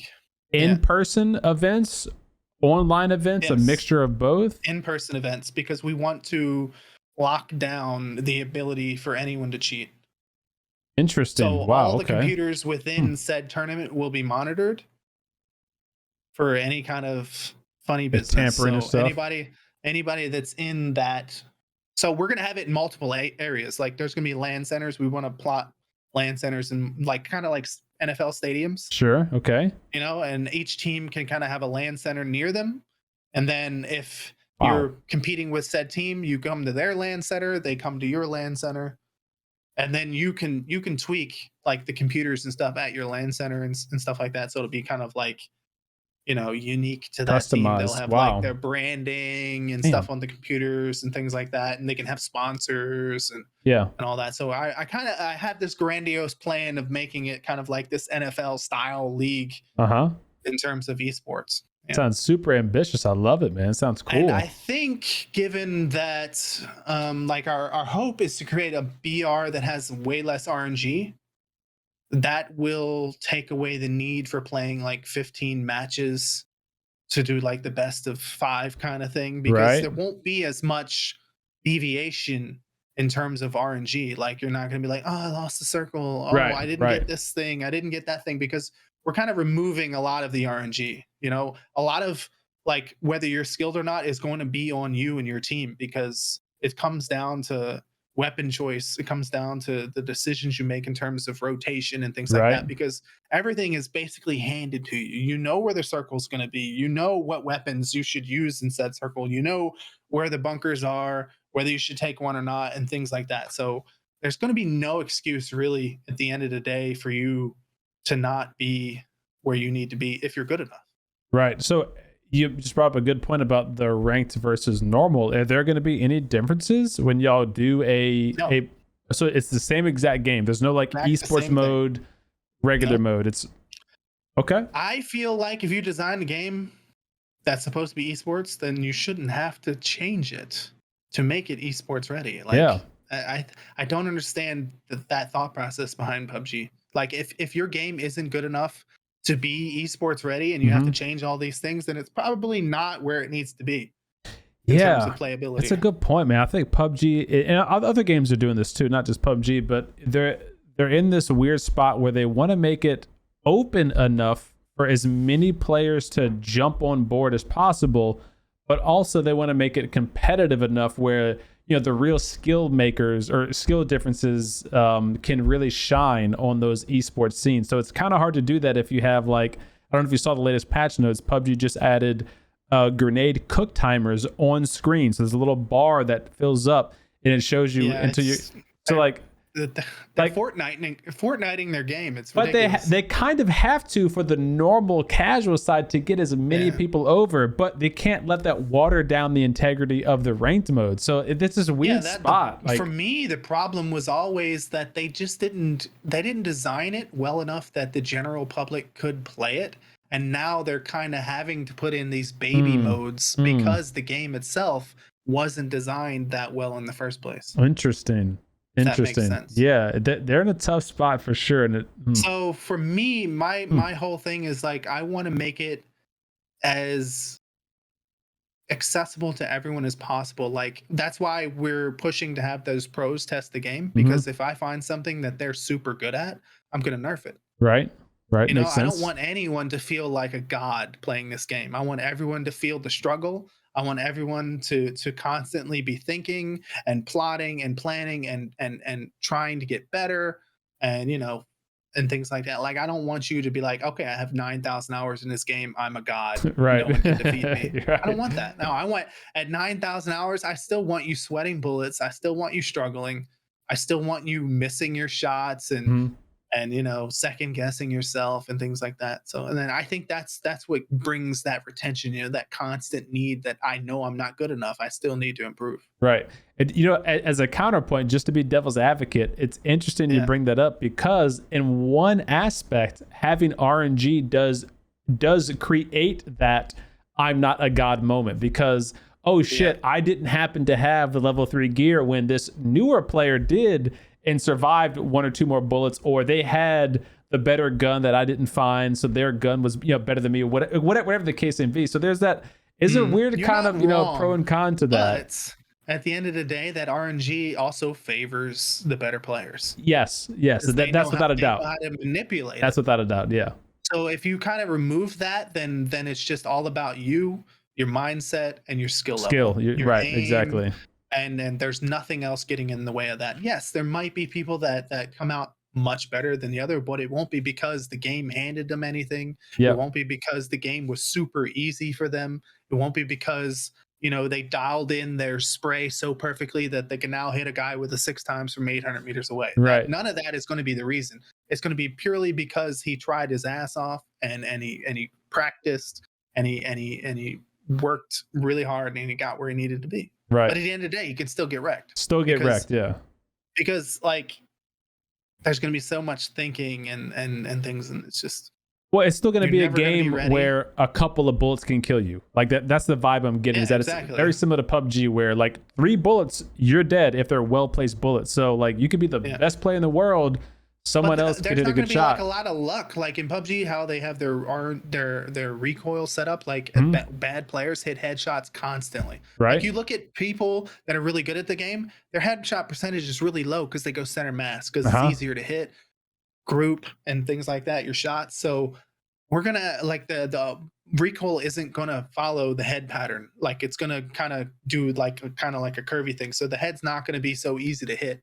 So if you're getting headshots, it's because you're specifically good and you're aiming at the head, not because you rode recoil up to someone's face. So are they going to have attachments that combat vertical and horizontal differently, like PUBG does, like where you could favor one or the other?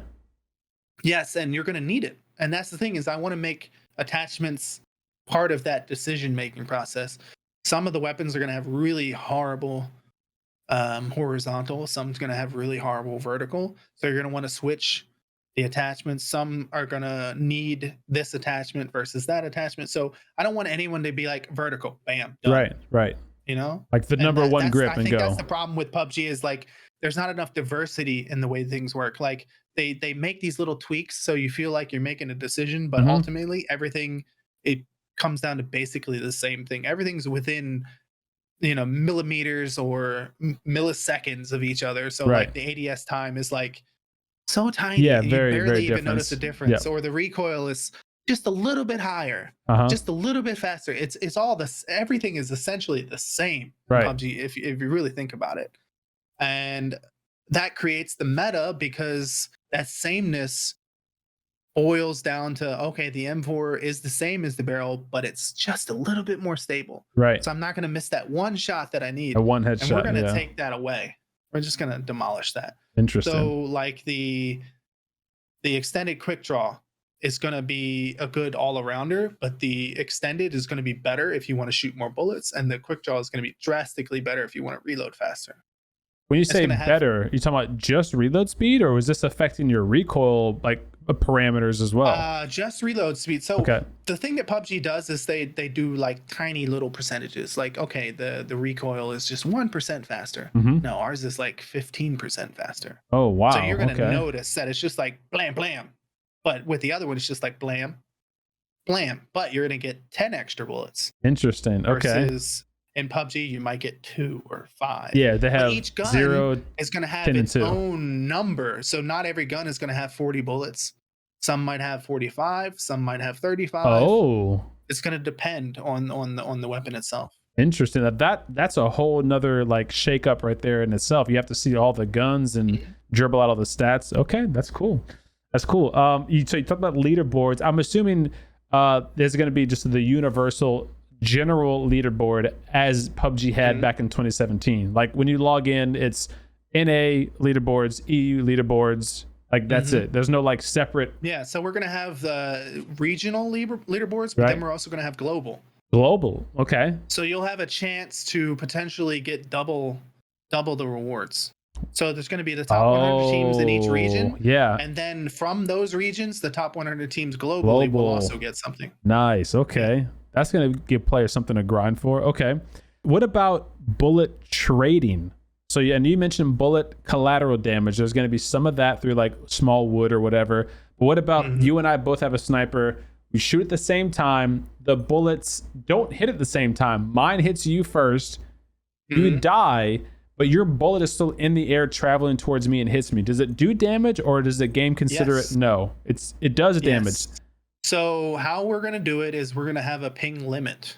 Okay. But as long as your bullet leaves your gun before you're dead, that bullet will still do damage. So if you get a headshot, so if I shoot you in the head, right, and then you have already shot your gun before my bullet hits you, yes, and it hits me in the head, then we both die. Even as long solos? as it's within even solos. Wow, as long okay, as it's cool, within a certain ping threshold.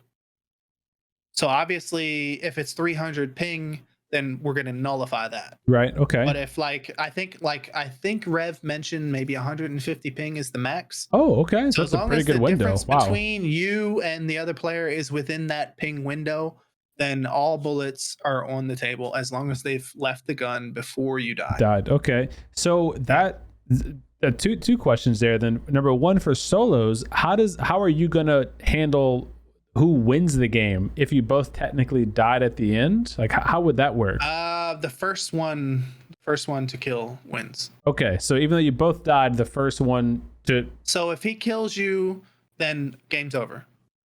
And his bullet disappears at that point. Gotcha. Okay, that makes sense. And then, so for team games, that's going to be a big changer because you have the potential to trade knocks and, not make it one lopsided push where we both shot each other, but his bullet hit me 0.2 seconds earlier, so I'm dead, and then both of them can push now. That's really cool. Okay. So trading is in the game. Nice. All right. We already talked about the revive mechanic. Just to reiterate, if you haven't caught on to it yet, who's listening, it's going to be in the bunkers only. There's going to be a 15 to 30 second mechanic that you have to rebuild your teammate. Is that right? Like there's a machine that kind of rebuilds them back into the game. That's only going to be in the bunkers. Those bunkers are going to be limited in the map, and you can't sit there forever because the zone is going to be moving at a relatively consistent speed and doing a lot of damage. But there is no limit to how many times you can bring your teammate back, right?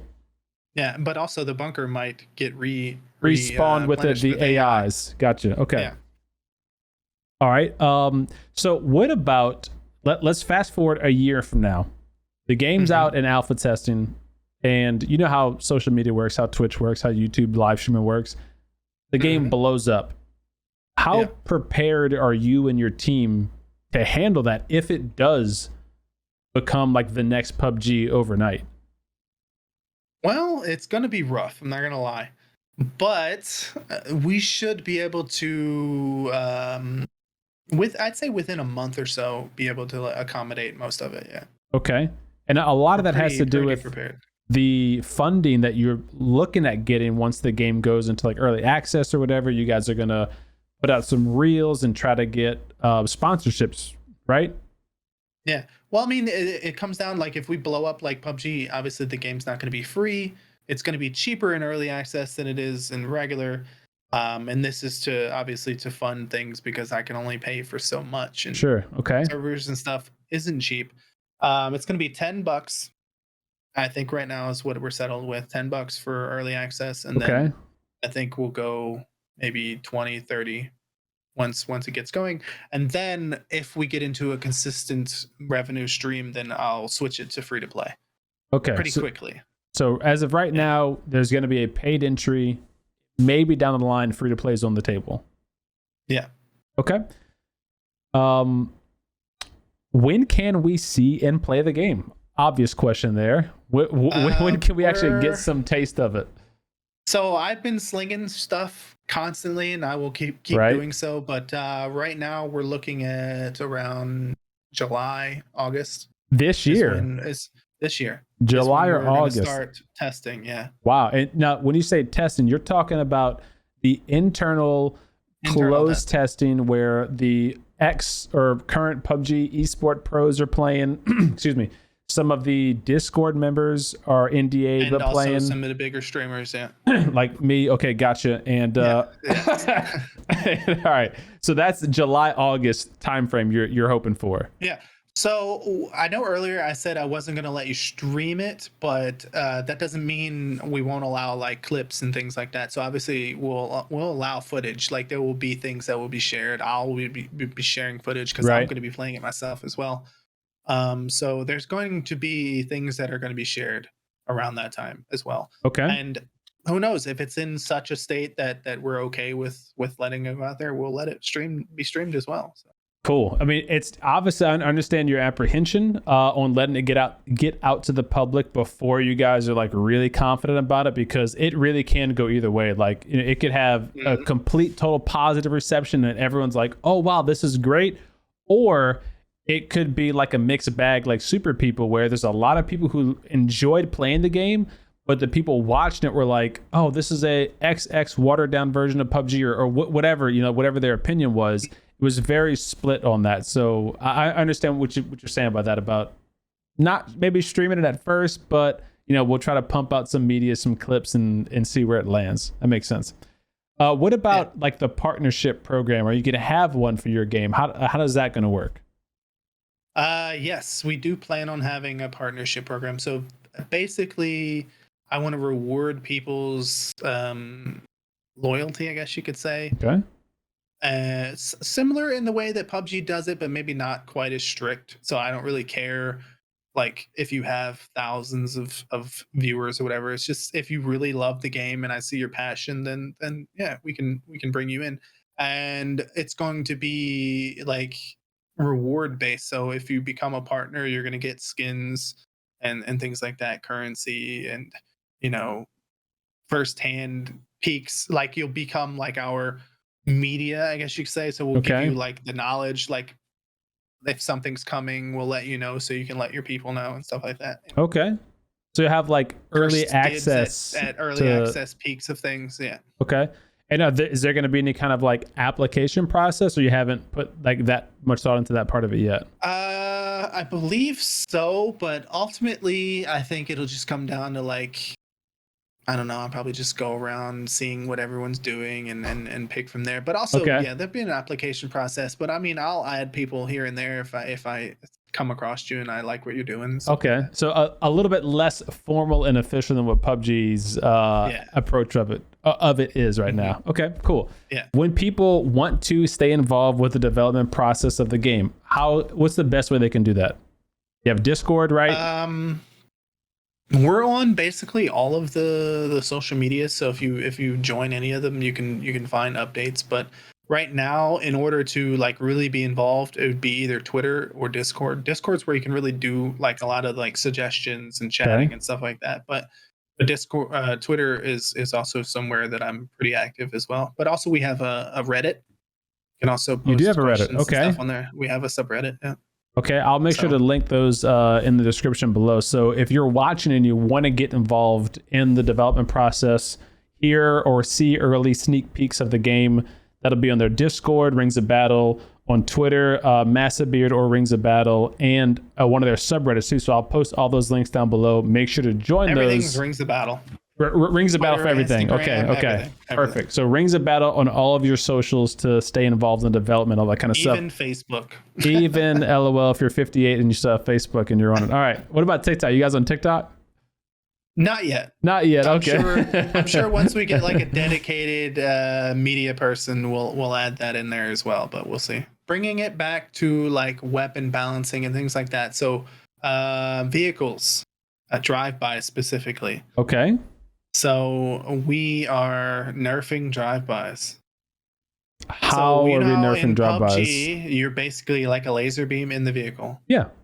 So we're getting rid of that. In our vehicles, you're going to need a certain weapon for some vehicles, because like the smaller vehicles, you're not going to be able to use your ARs or your sniper rifles because they're too long. You can't climb out a window with this 14-inch barrel thing. So SMGs, pistols, and stuff like that only. Okay.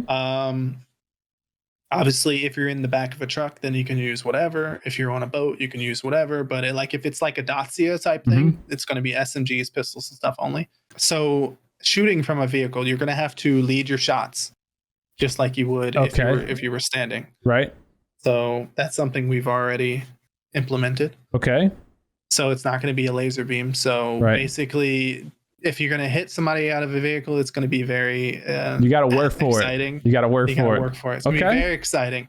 In terms of loot distribution, we didn't talk about it. So we're going to do a bit more realistic loot distribution in some areas. So for instance, like we're going to have like hospital or a pharmacy or something like that. You're going to find more meds there than you would other things. Okay. Gas is only going to be at a gas station.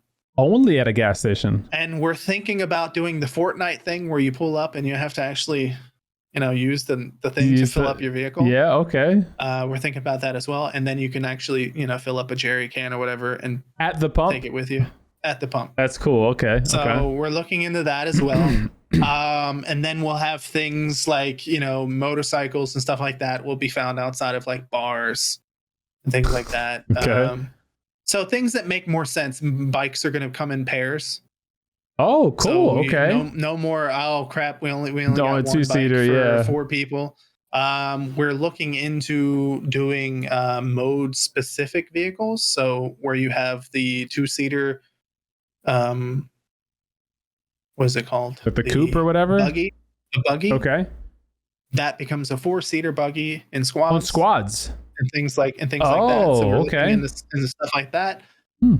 Yeah, so like city centers will have more like SMG shotgun kind of spawns, whereas like the outer skirts will have more of the bigger weapons, ARs kind of spawns. So that should make it easier for you to switch to the weapons that you need to switch to whenever the circles go to these locations.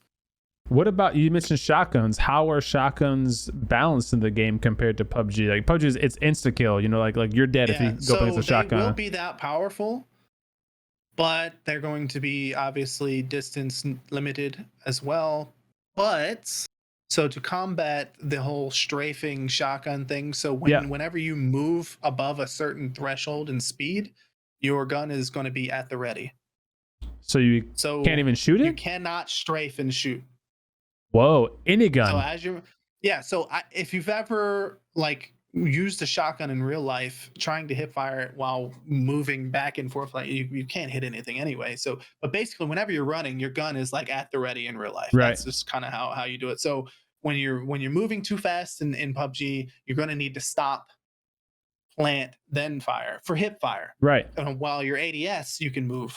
Stuff like that. But you're slowed down as you would be in a normal scenario. You're slowed down, but also with like the recoil and stuff like that. Right. It's not going to be as easy to use the shotguns as it is in PUBG. So they're going to be very powerful, one-shotting basically almost all the armor at certain distances, but they're going to be cut off very short, like less than 10 meters for killable distance. And then some of them are going to be kind of fun. Like we have that's the one I didn't tell you. The bunker shotgun is going to be the AA-12, which is the fully auto That's shotgun. The auto one. Yeah. Okay. But basically, it's only going to kill out to like 1 or 2 meters. Super close. It's going to be like a house clearing kind of weapon. Okay. But it's only going to be hip fire, and it's going to have a lot of recoil in it. You can't even ADS it if you wanted to. You can't ADS it. No. Oh, so it's going to be like, kind of like you're going to be like holding it kind of like a handled SMG kind of thing. Okay. Yeah. That's interesting. So all right. That's going to be fun. One thing we didn't talk about is map design. So we're angling more towards the map being anti-camping. Okay. So there's not going to be any large grass that you can hide in. All right.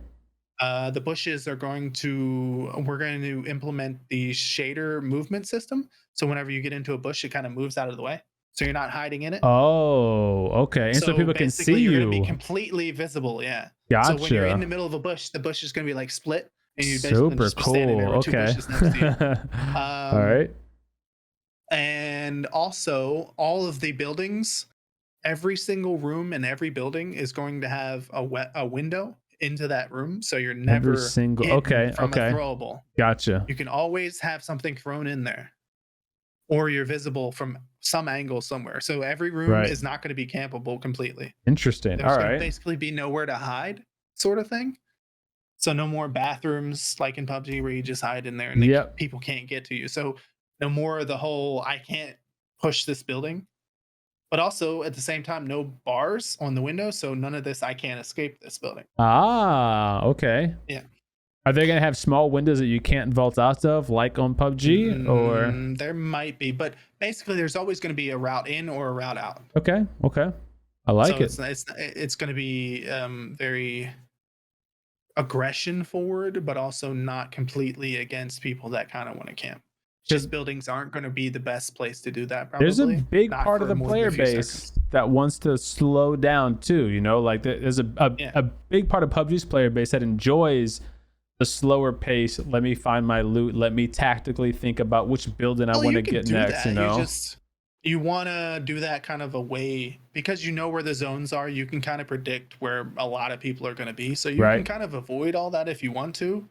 But at the same time, if you want to be aggressive, you can, because there won't be that many limiting factors. Right. There's going to be multiple entrances into things and stuff like that. We're not going to have any things like overpowered roofs like in Karrakin. Oh, where you have yeah, those get two on things up top where you can only get onto that roof in one spot, but once you're up there, you're basically God. Right. We're not going to have those kind of things. So yeah, like we really want to emphasize like the constant moving and being scared that someone's there kind of thing. We want that intensity that PUBG's end game always has, but like throughout the entire match. Interesting. So how do y'all address movement in the game aside from just running in vehicles? Are they going to have like gliders, parachute redeploys, emergency pickups, or any of those types of things implemented to your game, or no? As of right now, there will be no emergency pickup and no gliders. Okay. That's something that may come at some point, but we'll have to see how that plays out with the way the game is situated. Didn't you mention earlier? Redeploy yes, it didn't mention about a parachute. There. Okay, so how does that work then? So as you know, a parachute comes in two. So you have the main and then you have the reserve. Right. So how that works is you use the main at the beginning, and then you will have a half bag, so to speak. Okay. So you won't be completely naked. You'll have a bag at the beginning, which will give you a bit more thing, and it'll have the reserve parachute in it. So you can then use that again to jump off like a tall building or something like that, or off a mountain, and then you can kind of float a little bit further. Cool. Okay. And you can use that if you want, or you can switch to another bag. Another parachute bag. Or no? Well, if you go to the bunker, you can buy a completely full new parachute bag. Which has two? So it'll have the two. Yeah. Gotcha. But okay. Then your carrying capacity will be severely limited.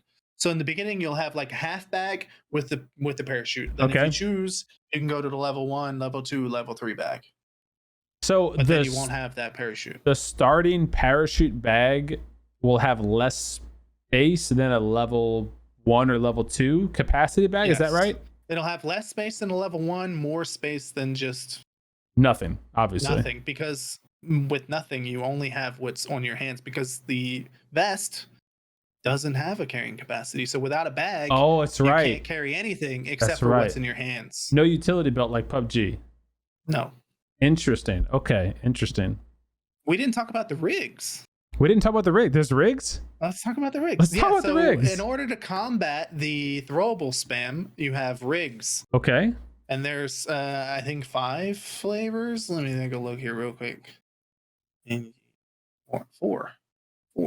So we have the Grenadier rig, which gives you 2 lethals and 2 utilities. Okay. And that's it. That's the max. All right. So you have like a grenade and a molly, or a grenade and a grenade, and then you have a smoke and a flashbang or something. Flash, or 2 smokes. And that's it. And then you have the support rig, which gives you 5 utility. But no lethals? No lethals. Okay. So if you want to have smokes for like moving or flashes and stuff like that. And the reason why we did this is because we want to make these throwables a bit more powerful. But also we want to limit how many you have and how much you use them. So no more red zones in the end game. But if you throw a grenade at someone, they're going to die. Okay, so it's like early PUBG grenade damage where like a grenade would kill you like 10 meters away or whatever? Well, not 10 meters, but yes. Maybe 10 meters. I don't know. We'll see. We'll see how it tests out. But I'll do some testing. Decent, realistic damage numbers. But you're only at most maximum ever in the game 3. And 3 lethals? 3 lethals, and that's if you have the Grenadier rig and you put everything else away and you just run around with the other grenade in your hand. 2 lethals in your satchel or your Grenadier rig, and then 1 in your hand, you're saying? Yes. But if you switch your weapons, then you drop that third the grenade. So there's the Grenadier rig, there's the support rig, and then you have the regular rig, which is going to be the most populous one. And that has 1 lethal and 3 utilities. 1, 3, and there's a 4th rig.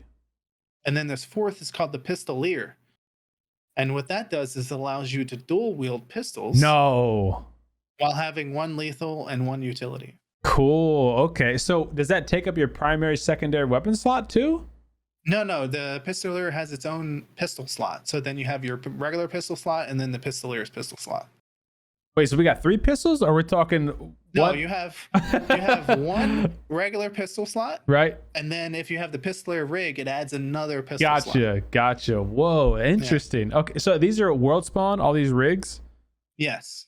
And they're random, so you don't know which one you're going to run up to. Yeah. Okay, so you don't start with one though. Like you start with just your backpack.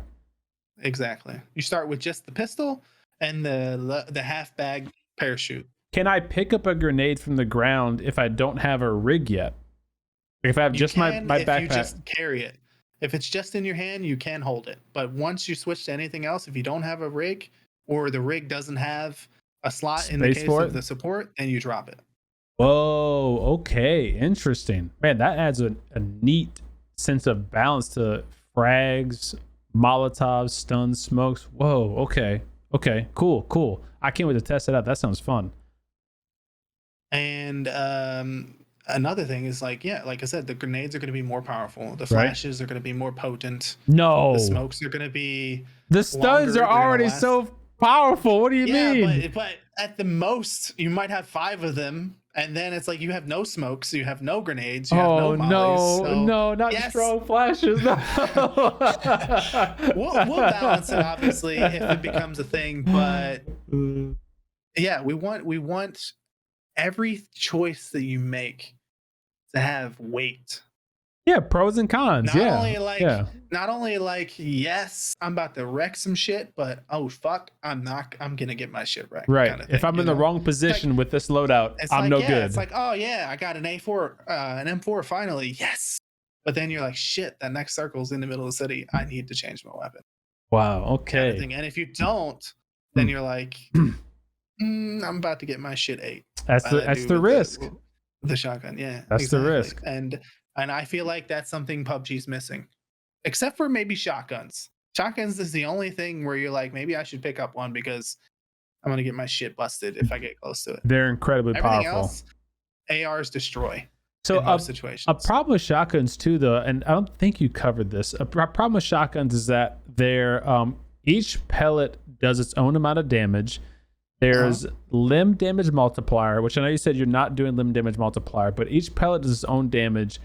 And the spreads of the pellets seem to be like really large. Are you guys tightening that spread? Are y'all adding slugs? Like, how are y'all balancing it to try to make it more consistent, like with the damage that it does? We are going to tighten the spread to a certain distance number. So it's going to be pretty tight till it gets to like not only the spread, but also the damage that each pellet does is going to drastically drop off after a certain distance. Okay. And it depends on the gun. But also with the upgrade machine, some guns will switch to slugs. Oh. So then you can kind of use them as like pseudo snipers with the shotgun. Right. Interesting. Yeah. Okay. I like that. But, cool. Like with these changes, like the slugs will then increase recoil and ADS time, reload time, things like this. Right. So it's not going to be like pay to win kind of thing, you know? What about progressive weapons like what PUBG's recently rolled out? Do you guys have anything that is live service progressible where I can like continuously improve the look of a certain gun or a certain cosmetic in my character, or is that not part of the... Something we were thinking about is like making parts of the gun like separable in terms of like, so like grill guards and things like that, you can get different versions of them. You can different colors of grill guards, so you can have like this kind of like Tarkov experience where you can kind of like kit out each piece of your gun, right? And then when you go in the game and you find the gun, you have your gun with the specific grill guards, a different color. Gotcha. This and that. Okay, that's something we want to do, but also like maybe a progressive skin kind of thing would be something that we work on as well. But that's something that, you know, would have to come with money. Sure. When we can pay like a full-time skin individual. But also something we want to do is like the community store for skins and stuff like that with CSGO. We kind of want to do something like that. Where stuff is all like sellable, like everything's marketable. We take community, but also like community skins. Like people are like designing all these incredible PUBG skins. Yeah. And then we're like, you know what? Let's just have that, like have these community skins, and then we bring them in, we create them, and then the creators of those skins can get a certain percentage of all these skins, and we can have like this skin market. Love it, man. Love that idea. That's something that's like, it seems like a no-brainer. Like, why would you not outsource, you know, some of that stuff if it can save y'all time and you still get a profit from it too, you know? Like, that seems like a no-brainer. Cool. Well, Josh, it sounds like you're super open-minded to a lot of different changes from what I would consider one of the most popular BRs in terms of like military BRs is still PUBG, right? So like it seems like you're super dedicated and honed in on that, but you're open to a lot of changes and improvements over some of the key and core features of PUBG. So I, for one, am looking super forward to playing Rings of Battle. I understand that might not be until like July, August that we see gameplay, that kind of stuff. When are you thinking about seeing like actual release into the public? Like when can the average Joe potentially pick up the game? We're thinking end of year. So like before December-ish. Like around December, January, yeah. Wow, fantastic. That depends obviously on how well testing goes and how it's received and the feedback that we get, but that's the plan, is to have everything honed and completed by the end of the year. Yeah. Awesome. And it's going to be an ever evolving thing too. Everyone, are you listening? No red zones. You did not mention no red zones. No red zones. You heard it here first, folks. And no ear rape, ladies and gentlemen. Okay. No ear rape, no red zones. And everything will be balanced. Yes, it's realistic. The guns are loud, but they do not have to blow my eardrums out. Love to see it. I'm not into Warzone anymore. I already have tinnitus from shooting real weapons. I don't need it from a video game. Love to see it. Love to hear it. Yeah.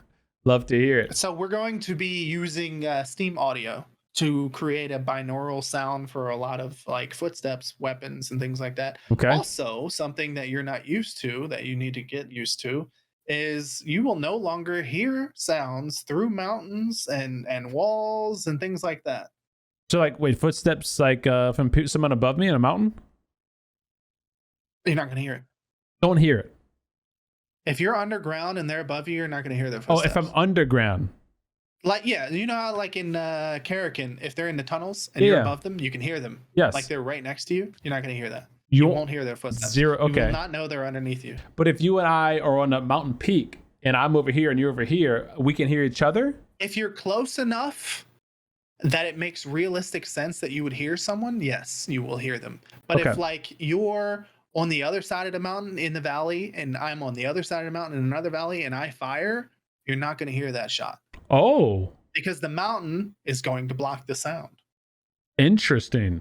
And that's the same with houses. So you're going to have reduced sound coming from a house if you're shooting in it. Like unless there's like a window next to you, Okay. that the sound can then escape from. Like if you're in like a more cramped area, Yeah. then the sound will be muffled and it will reduce the sound that you hear at a distance. So the game's going to dynamically be able to tell how much of the audio you should hear? Yeah. Wow. So we're going to have like proper landscape blocking sound and things like that. Wow. Because that's one of the things in PUBG is like directional audio, vertical audio. It's very lackluster. Inconsistent. Like you hear a shot and you're like, wait, there's a mountain in front of me. It sounds like he's like right there, right? So, nah, that's not how guns work. Love it, man. Oh, I'm excited, man. The more we keep talking about it, I'm excited. Are you kidding me? I know you are because you see it every day. I say you see it every day. Running around. Did you see? You didn't see. Go right now into the Discord. In it. All right. And you go into general, and if you scroll up. General up. Quite a while. Okay. And you pull up the picture from Rev. It's on April 30th. Of the clone machine. Got it. You see it? See the foot? Yep. You know what that is? He's bending his knee. He can walk up steps without having to jump. That is a dynamic foot placement. You get close to something, your feet and everything will adjust automatically to the height of said object. Wait. So it's no more of this. Wait. Is this guy Iron Man? What's the outfit I'm looking at? That is the Lyra. That's the Lyra model from the new release. I'm just joshing you, man. All right. So you know how PUBG has a problem with you stepping onto things? Yeah. We don't have that problem anymore. Wow. Okay. Your guy will walk over things. Quality of life. Automatically, foot will step onto that thing. No more banging into it like an idiot, hearing your character stutter. Quality of life improvements. You love to see it. Yes. Oh, something I didn't mention. 60 hertz servers. Tick rate? Is that tick rate? Yeah. Okay. 60 tick rate. Okay. Explain to me, an uneducated person in that aspect, how does that differ from PUBG? So basically, you will get more.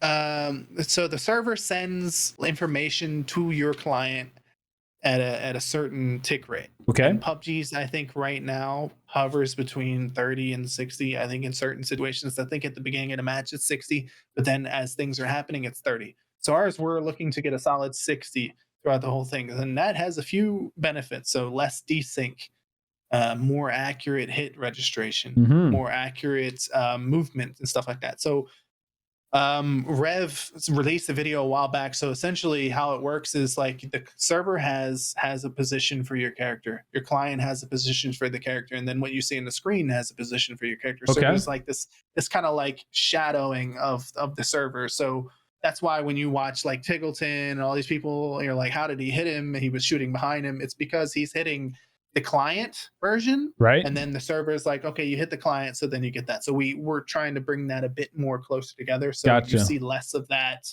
desyncy shooting and stuff like that. And that's where the tick is better, because you're getting more updates from the server on locations of bullets, sounds, and people's locations and stuff like that.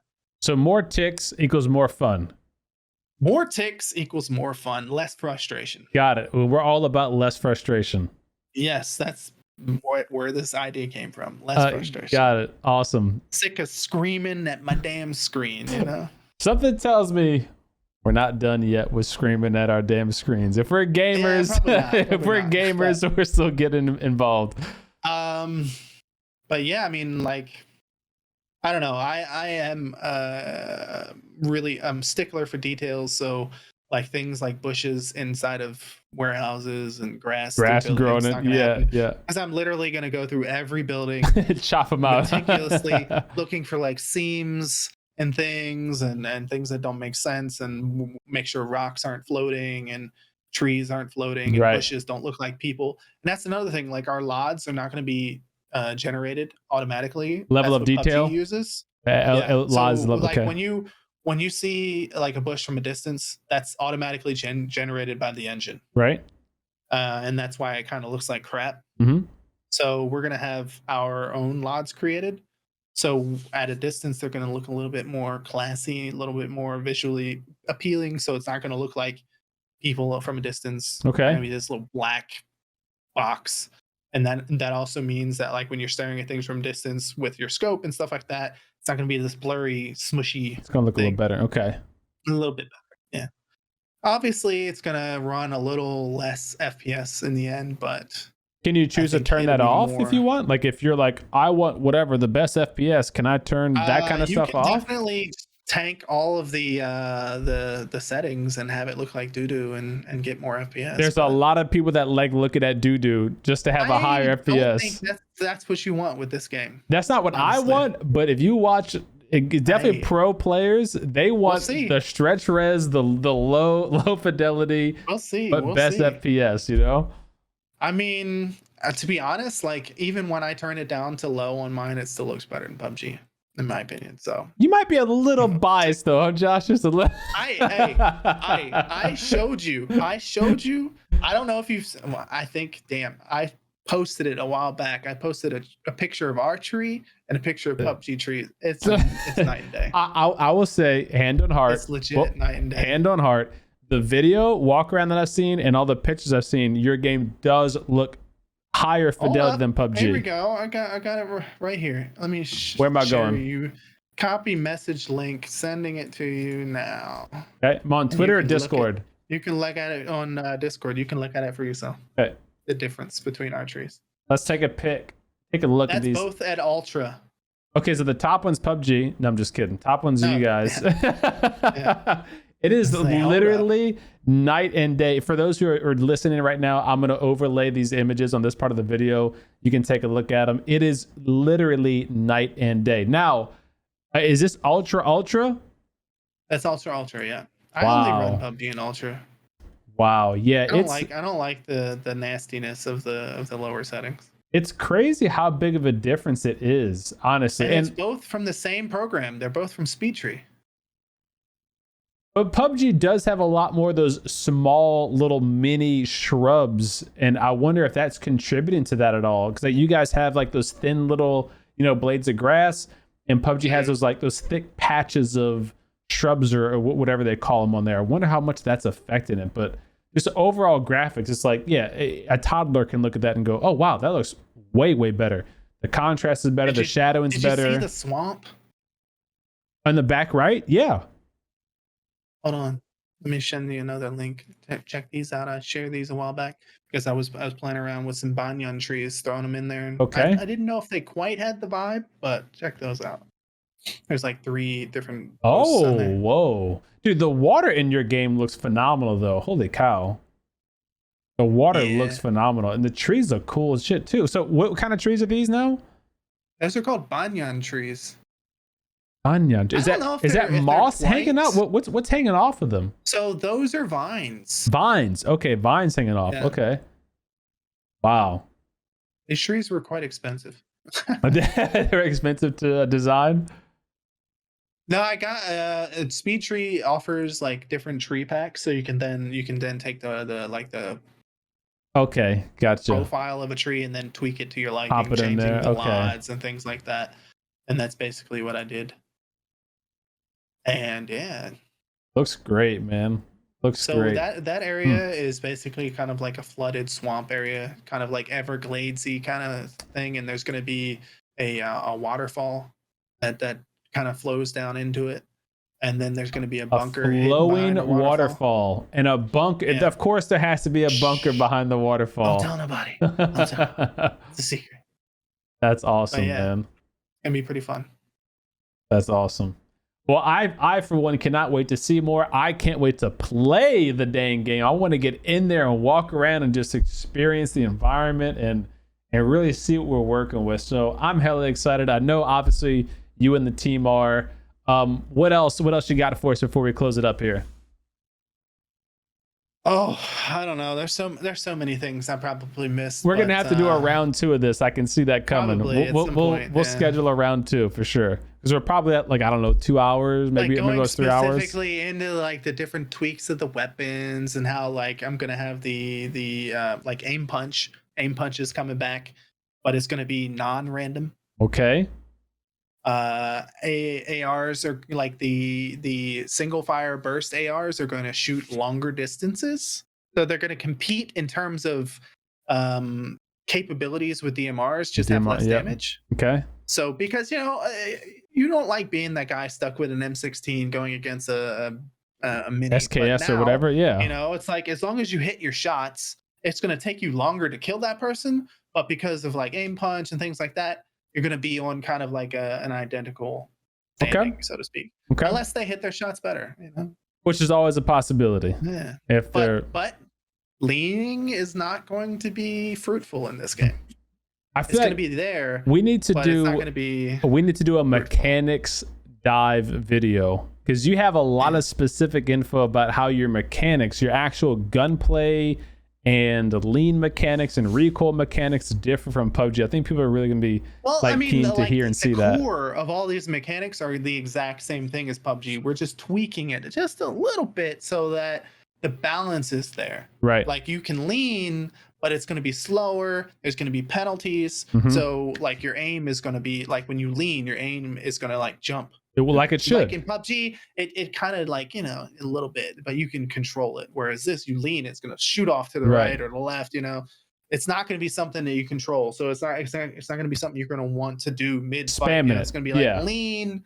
It's going to be more of like a hard leaning, take your first shot kind of thing. You want to make sure you hit that shot because you might not get another one in terms of leaning. You know what I mean? Because like it's going to be a little slower. Right. So you're going to probably get sniped in the face if you lean too much. So the whole point is you're probably going to want to like lean, wait for a shot, take the shot, move to somewhere else, lean, take the shot. You're not going to want to stay in that same spot. Right. Because if you lean again with the slowness of the lean and the penalties to weapon movement and stuff like that, you're probably going to get shot in the face. Or get shot in the face. And you're going to get shot in the face. Yeah. Right? So it's like we're going to get one chance. You mess it up. Sorry, buddy. Right. It's going to be one of these games like, you're not going to be that guy taking shots at everybody everywhere. You're going to want to more pick, especially with sniper rifles, because they're going to be very hard to use. They're going to be slower. The ADS is going to be slower. Right. Like the recoil is going to be hard. Like the next shot's going to take you longer to get on play. So it's not going to be this whole quick scoping. I take out a guy from 5 meters with my flicks and things like that. Right. It's going to be more methodical, real life, slow down, take your time, take the perfect shots kind of sniping. The whole game sounds like it's obviously we have to see it, but it's trying to take the best of PUBG, some of the best of Tarkov, and get like a good balance, a good blend in there. It's like it sounds like it's going to be something unique that no other game is providing yet. That's the goal, is to give that familiarity without throwing in kiddie shit or powers, super people stuff. Yeah. To make it fun where it needs to be, but then more realistic where it needs to be. I like it it. A bit more balanced, less meta, more methodical, but also more aggressive.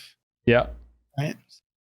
Sounds great, man. All right, let's wrap it up, Josh. For those at home, if you enjoyed it, obviously give the video a thumbs up, share with a buddy, and get subscribed for more content. If you want to see and keep up with more Rings of Battle, at Rings of Battle on all your social media. That's Twitter, Discord, Reddit. I'll have links to those all in the description below. So click it, join it, get involved. Stay up to date with Josh, aka MassaBeard, on Twitter. He posts pretty consistently, him and Rev.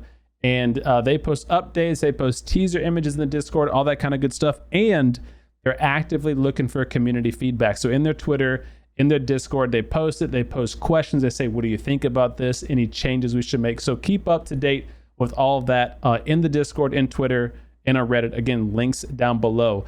Josh, do you have any final closing statements for the community? Yes. So the name Rings of Battle comes from the circles, the rings. The island is called Battle Island. There you go. Battle Island. And what are the players called? You call them Reborns. Reborns, and they're called Reborns because they're born in tubes. Is that what I'm understanding? So the lore is basically we got an evil corp, and right now we're thinking of Zephyr Corporation. Okay. So essentially, what they did is they found a way to basically grow people in like record time, like within hours. Basically, obviously in the game it would be sped up to seconds, but yeah. So essentially, like if your baby dies or whatever, as long as they have some DNA from said child, they can regrow that child. And creepy. That includes like brain matter and things like that. So and also that includes like adults and stuff like that. Like if someone dies from a car accident, you harvest some of their cells and then you can regrow said person. So essentially what this company then did is they take the DNA that they're harvesting for these reborns and then they're secretly using it to create these clones that they then send out to battle soldiers for the entertainment of rich people around the world. So it's like what's the movie called? She sticks with the fingers like that in the video. Come on, what's the Hunger Games? Yes, Hunger Games. So it's like they're fighting. They're fighting for the rich people or whatever. Like a lot of movies. There's a lot of like combinations in there, but yeah. Awesome. And also, I'm thinking about a solo game that branches off of this game. Whoa. So basically, one of the soldiers. So essentially, what happens is every time that you win, that soldier is then kind of congratulated, but it is killed. Okay. So no one ever makes it off the island.